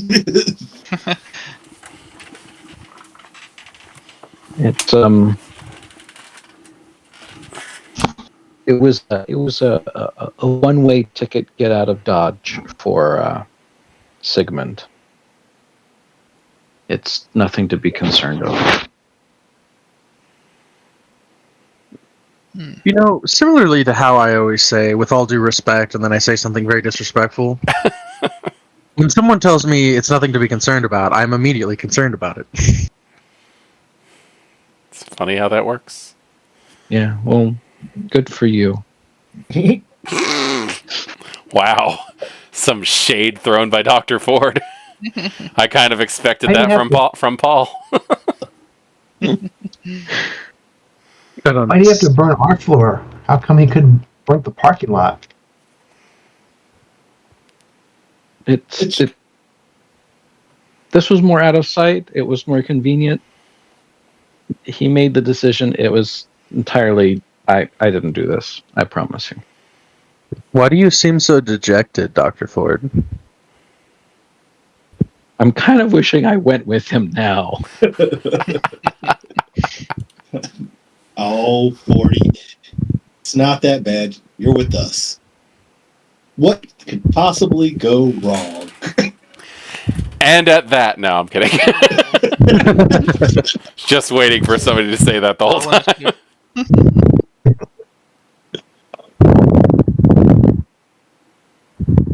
Well, I'm sorry you feel that regret.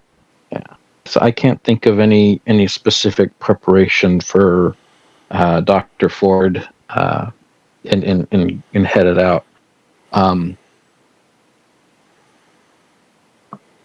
know, if Benny needed any help, Dr. Ford kind of wanted to see what it was like to have that anarch chained up. Morbid curiosity. Oh, if Dr. Ford wants to come along, you're more than welcome. Oh, cool. I'll just drop the dexterity crafting roll to write a very official looking letter.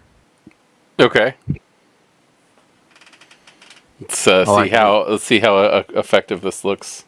Yeah, I'm gonna activate fleetness because I went for a pose. Fleetness. Yeah, I want to write very, very swift and elegantly because I'm a poseur. I don't actually have any artistic crafts abilities, so I'm not that kind of toreador.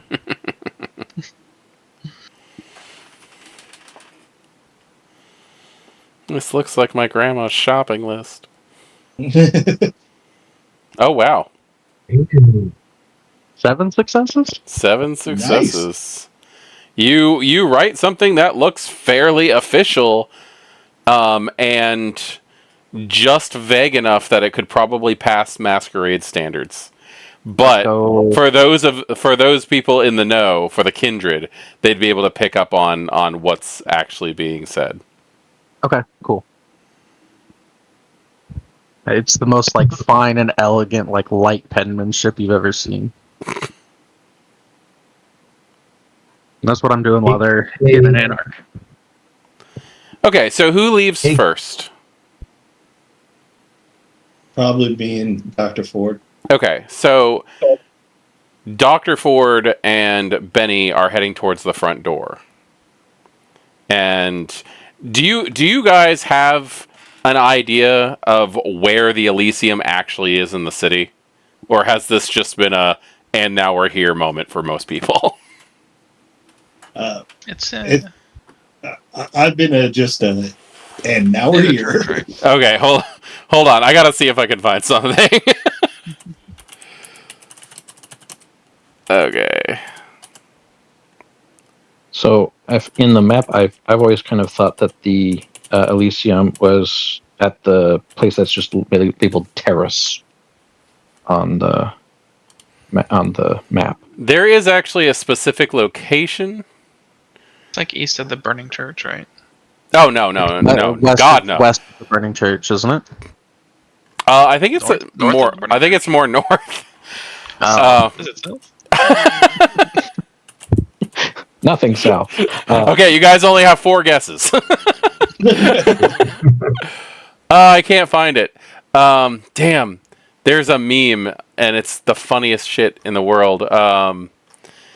It's like the SI is searching the entire city looking for the Vampire Elysium, and it's just like a picture of what it is from the outside, and it's like, that's the fucking Elysium, just looking at it. It's Prague Castle itself. Mm-hmm. You guys are in the chambers below Prague Castle. The city of Prague is all of these beautiful shining whites and grays that almost appear silver, and like it's this beautiful light colored city. Prague Castle is this big, massive, black, gothic thing that just stands out in the middle of the city. Like, there's vampires in there. Like, there's supposed definitely vampires. There is no doubt in anyone's mind that there's vampires in there, and the fact that the SI haven't found it yet is just proof that they're stupid. Anyway, so darkness, man. it's like DC. It's like the DC universe. You really got to sit there and go, okay, everybody is about 10% stupider than they should be, or nobody would be able to get away with any of this. So yes, you would be coming out off of the side of that. Like I said, it's an entrance on the side of Prague Castle that has been basically surrounded like by dumpsters and piled up trash and stuff so that people just don't notice it. But over the last few weeks, the city has been working, so it's not as crowded in the alleyway anymore as you exit. You're not exiting the exiting the front of the castle. You're exiting out of the side of the castle.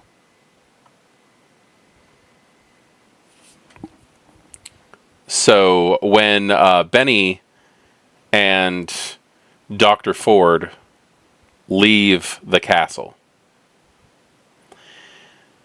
there's that big set of double doors that leads out and then curves around and leads to a smaller door on the side of the castle. And it's pretty, like, most of the time it's like no big deal. You just open the door, you're out in the street, and you're fine. However, you open up the door to the entrance to the Elysium this time, and you come face to face with the Witch Hunter General of the SI. Of course. Well, shit. I'm sorry, what? So you open. Is that the same guy we ran into in the with hospital? with the big ass sword. Yes. Yeah. It's him and about 4 other SI members with the burst rifles, just standing there having a conversation. Does it look like they've seen us? Oh, as soon as the door opens, they all turn to see you. How do you handle that before we go into rounds? This isn't the bathroom. Excuse us. This isn't the bathroom. Prophet has it right. Contrary to popular belief, since most of the people just soiled themselves. Okay, so so yes, the door opens and it's the SI standing directly in the alleyway, looking at you. And you just hear "target acquired." And that's where we shoot him. I got nothing else. You're gonna open up fire on the. You're gonna open fire on the Witch Hunter General. Is that what I heard? Oh God, That's what I heard. This is going to go so terribly, but yes. Okay. That is going to be a Dex plus firearms roll. Yep. Yep. Let me get in the dice roller. Can I blood surge? 10, and here is your difficulty. Oh fuck! Nice. Cool. Easy money. 5 successes is your yeah. All right. That counts 3. 3? Oh, it's a crit. It's a He crit. crit. It's a crit. It's 5. It's 5. Sorry, my migraines kick again, and I'm like, duh.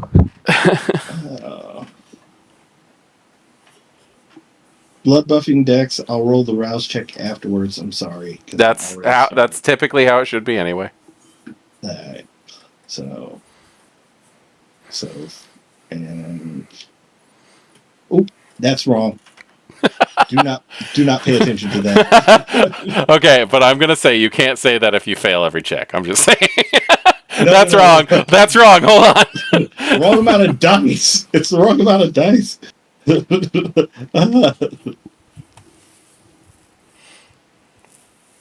Don't worry, did just as good. All right. Is that 2 successes that I see?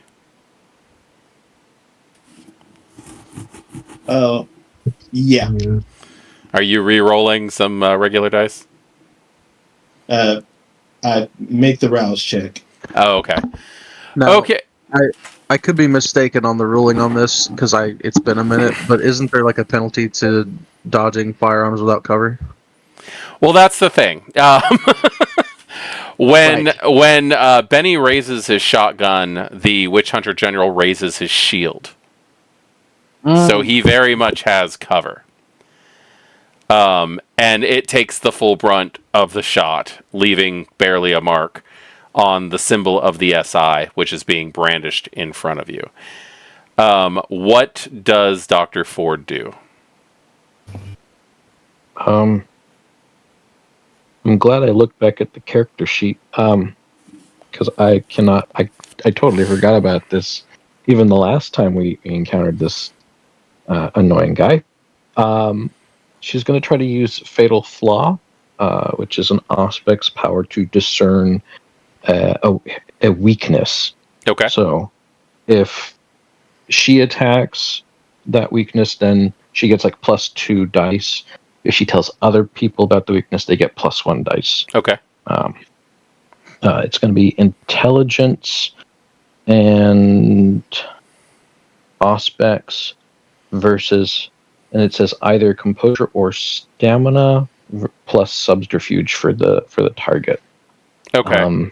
So it in this case, because focusing on like a physical weakness, it'd be his stamina. Okay. His stamina plus subterfuge. Yes. Your difficulty is going to be 5. You need 5 successes for this. Lovely. Unfortunately, this is one of my better dice pools. He has a lot of stamina. He's got next to no subterfuge. Oh, I don't see him being a subtle person.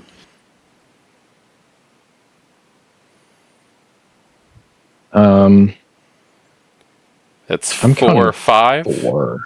I'm counting 5. Oh. You've got an 8, a 7.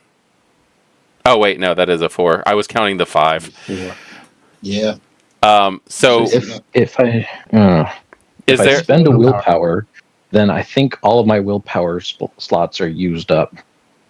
If you spend a willpower, you can go ahead. You can re-roll 3 dice, but that is up to you. If you are out of will, at that point, it's going to start causing some problems.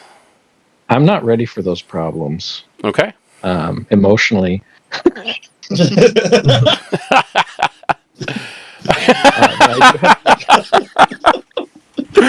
Personally, I can't deal with that right now. Understood. I do have to do a rouse check for that, so yeah. Yay. Okay, hungrier. Awesome. Okay. So, just to let you guys know what's going on while you're inside of your personal room as they have left. So, just as Henry is finishing writing his letter, you're going to start hearing gunfire from the entryway. Does anybody have any reactions to that before we go on to what the rest of the SI does? Now, Henry would know that Benny and Dr. Ford were just going out the door, right? Yeah. You would know they were going outside, and then all of a sudden gunfire as they... You could probably mentally calculate they had just gotten to the door. Well, I did activate Fleetness. You did. Right, to help with my pensmanship. Could I utilize Fleetness to make it to the doorway? Unholstering my pistol on the way out. How much celerity do you Or- have totally? 5. 5. I will definitely say that you can be right in. You can be right in that entryway. And I'm sorry, not my pistol, but I would grab my. I would grab my the dagger that I got. Okay. You can definitely get there. So that would leave Paul and Mr. Prophet in the haven. Okay, so you guys hear gunfire, and then in a flurry of breeze and paper, Henry is just gone. Paul will hold out his hand. Can I borrow that crowbar? Yeah, here, take it. Thanks. He's gonna grab that and run Okay. up to the entrance. All right. Does Mr. Prophet do anything other than hand him the crowbar? Yep. Hold on. I'm just gonna roll my rouse check here. Mr. Prophet will activate Unseen Passage. Okay. So, time to be invisible. Gotcha. Yep. I completely understand. He'll head out to see what's going on. Okay. And so Henry is going to be in the entryway as the 4 SI members are going to start opening fire on the entrance. So I'm going to need to know how the 3 of you are going to handle fire. Are you getting out of the way? Are you trying to take it? Like, what is exactly your plan on this one? I would be getting out of the way and provide cover fire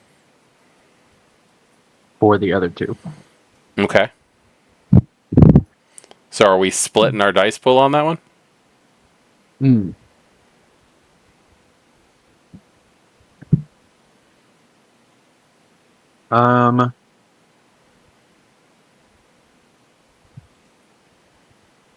Would that be like a dex? What would the die pool be?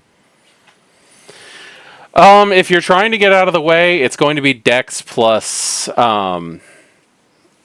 going to be Dex plus Athletics. You should be able to add your celerity, I believe, to getting out of the way with Fleetness.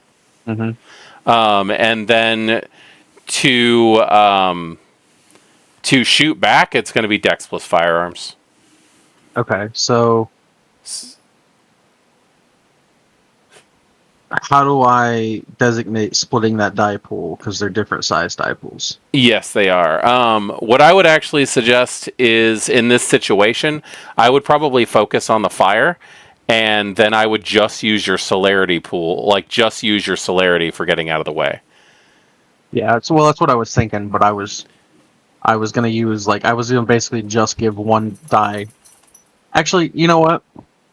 Can I use Unerring Aim? You can. Like, I hit them before they even get to fire, and then get out of the way. You can probably hit one of the That's what I'm saying. one of the 4. Yeah. Sure. Okay, and I'd be able to get out of the way without having to worry about. Well, you're still gonna have to roll. But, that's fine. Yeah, because it's bullets, it's not people. Yeah. All right, so everybody can.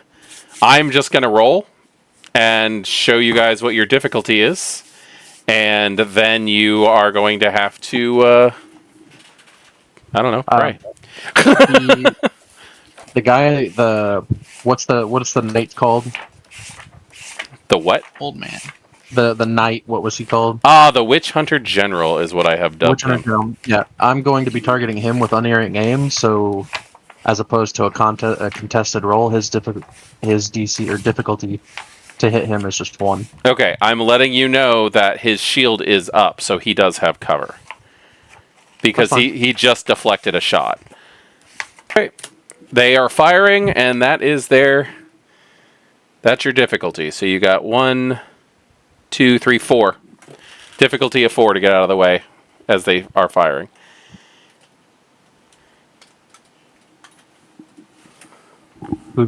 What order do you? What's your order of operations here? What do you want us to do? Well, that's them firing. So I would like to have everybody do if it's a dodge roll or fortitude save or whatever.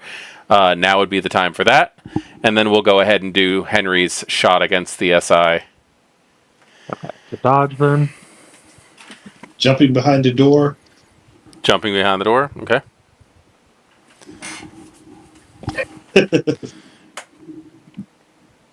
Okay, so Dr. Ford, you are going to take 4 superficial damage as you get plugged. Hooray! Benny. Oh, look at you. Look at me being all messy. And crystal. Benny gets the hell out of the way.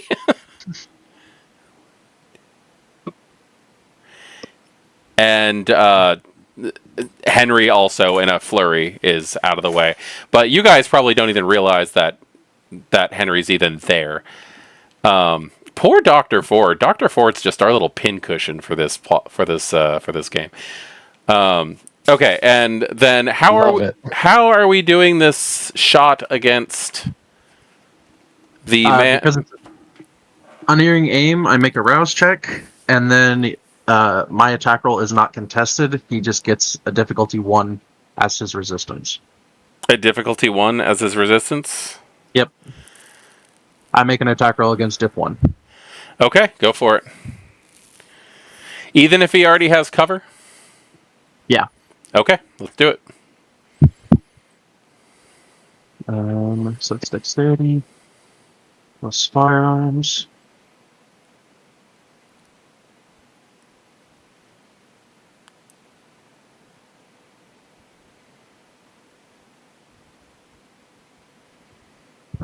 And I will willpower the 3 failed dice on that. Okay.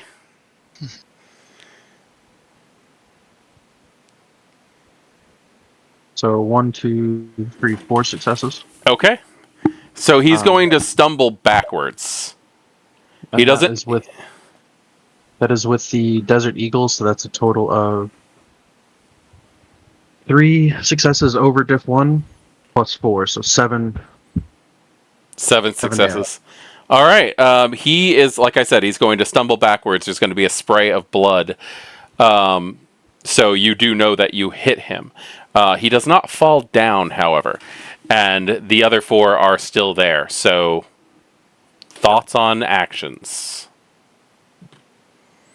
Like a super speed John Wick, I'm just going to start, like, gun kata and these fuckers. Like, in the middle.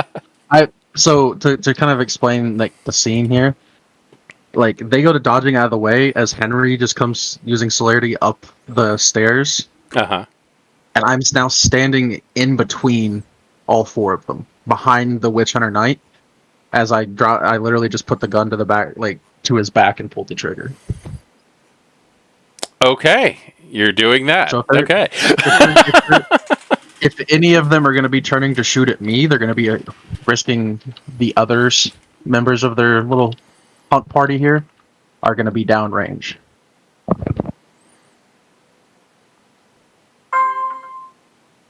That makes sense? Yes. Okay, I just making sure it made sense. So I'm just going to continue to shoot these guys. Okay, so you're going to shoot. What is Benny and Dr. Ford doing? Benny's going to try and grab Ford and drag her behind the door with him. Yes. I'm assuming Ford's going to relent to this. Yes. Okay, what about Mr. Prophet and Paul? I meant to ask earlier, can Paul go ahead and pop prowess as he's headed that way? Oh, definitely. It lasts for the scene. Okay. Yeah, by all means. Just roll for that real quick. Prophet's gonna run around trying to figure out where they took Kirill. Cool. Don't get hungry. How long do you think it takes someone to catch up with them? Non-celerity. If you full out run, it's probably going to be like 3 turns. Ah, man. Okay. Well, he's running. Yeah. Do you have soaring leap? I do. How many soaring leaps does that take? I would say if you soaring leap, I am going to want a dexterity check from you. So that you don't slam into like one of the walls, one of the pillars, or one of the clan flags. Just flat dexterity. I'd say dexterity plus athletics. You're basically parkouring through the thing. Wish me luck. 2 successes. Okay. With 2 successes, I'm going to say you bound out of the room, off a pillar, and into the hallway. So you are like right in the action. I'm just going to go ahead and let you be there. Because my plan was to try and close the distance with soaring leap and the crowbar. You definitely did. Okay. And Doctor and Mr. Prophet is off looking for Kirill. Yeah, where they took him. Okay. Give me a wits and awareness to see if you can locate where he might have been taken. Okay, yeah, you will definitely find him. The way that you find him, though, is as you are leaving the room, you see Kostos running out of the Bruja area to see what the commotion is. So you can pretty much guarantee he's down there. Okay. I will come out of Unseen Passage and just say, Custis, the SI is at the front door.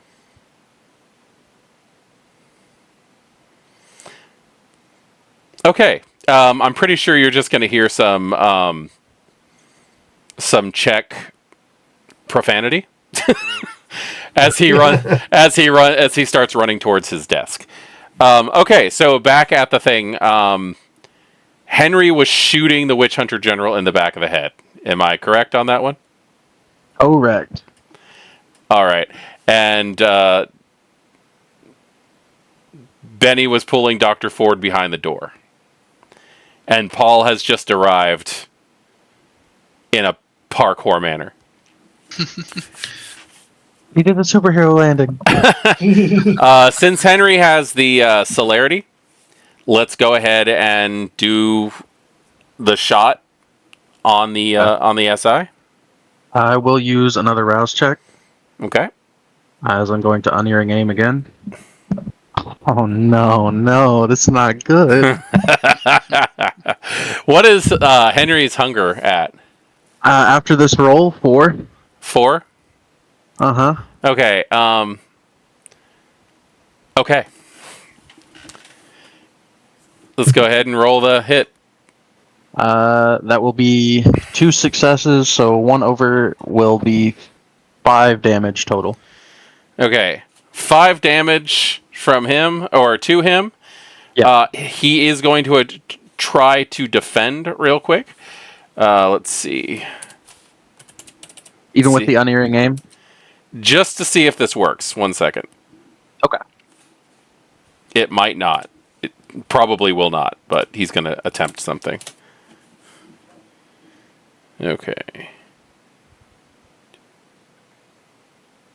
I got 5 successes on that. What was yours? I only got 2 successes. Okay. To hit him, but that was against diff 1. Yeah, you get the shot off without a problem. However, I need you to make a composure plus resolve check against... Oh, this motherfucker's true faith in me right now. Yes, he is. Resolve composure? Resolve composure plus against a difficulty of 5. Oh, no. Oh, you can add a third of your humanity. Yeah, is this like a frenzy test, or is this just an actual resolve composure roll? Go ahead and add a third of your humanity. Okay. I'm trying to keep you alive. Appreciate you, Boo.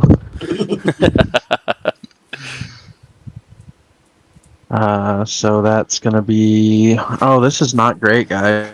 I was trying to kill him before he did this. We know. Like I've hit him for what would be 12 total ag, but he's got that tanky armor on, so I know it's not ag to him. Yeah. Oh boy.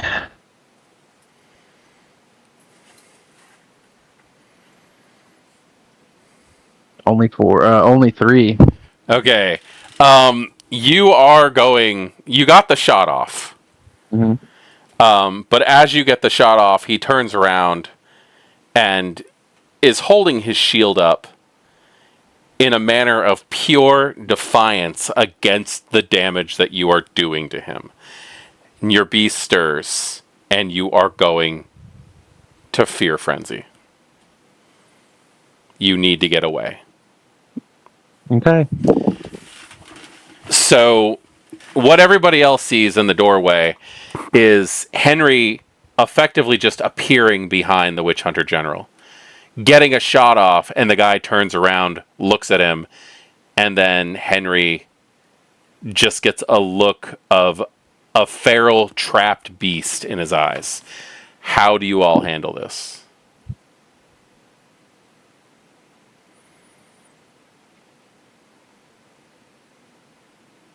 I have an idea, but I don't know that it's a good idea. Oh, come on. There's no Is this where we bad close the ideas. door? That is a lie. That is a lie from every storyteller and GM in the world. There are bad ideas. There are no bad ideas. Right. Is this where we just close the door? Yeah. I think, like, because Paul notices that Henry is. Yeah, you can tell that Henry. You can tell that Henry is not Henry any longer, and you can also see. Is Benny and Dr. Ford attempting to shut the door? Paul would tell them to run, Oh, that's on the menu too. and Don't then worry. he would cast Stygian Shroud Nice. around all of them, hoping to kind of contain Henry as well as prevent the SI from shooting accurately at anyone anymore. So everything goes dark,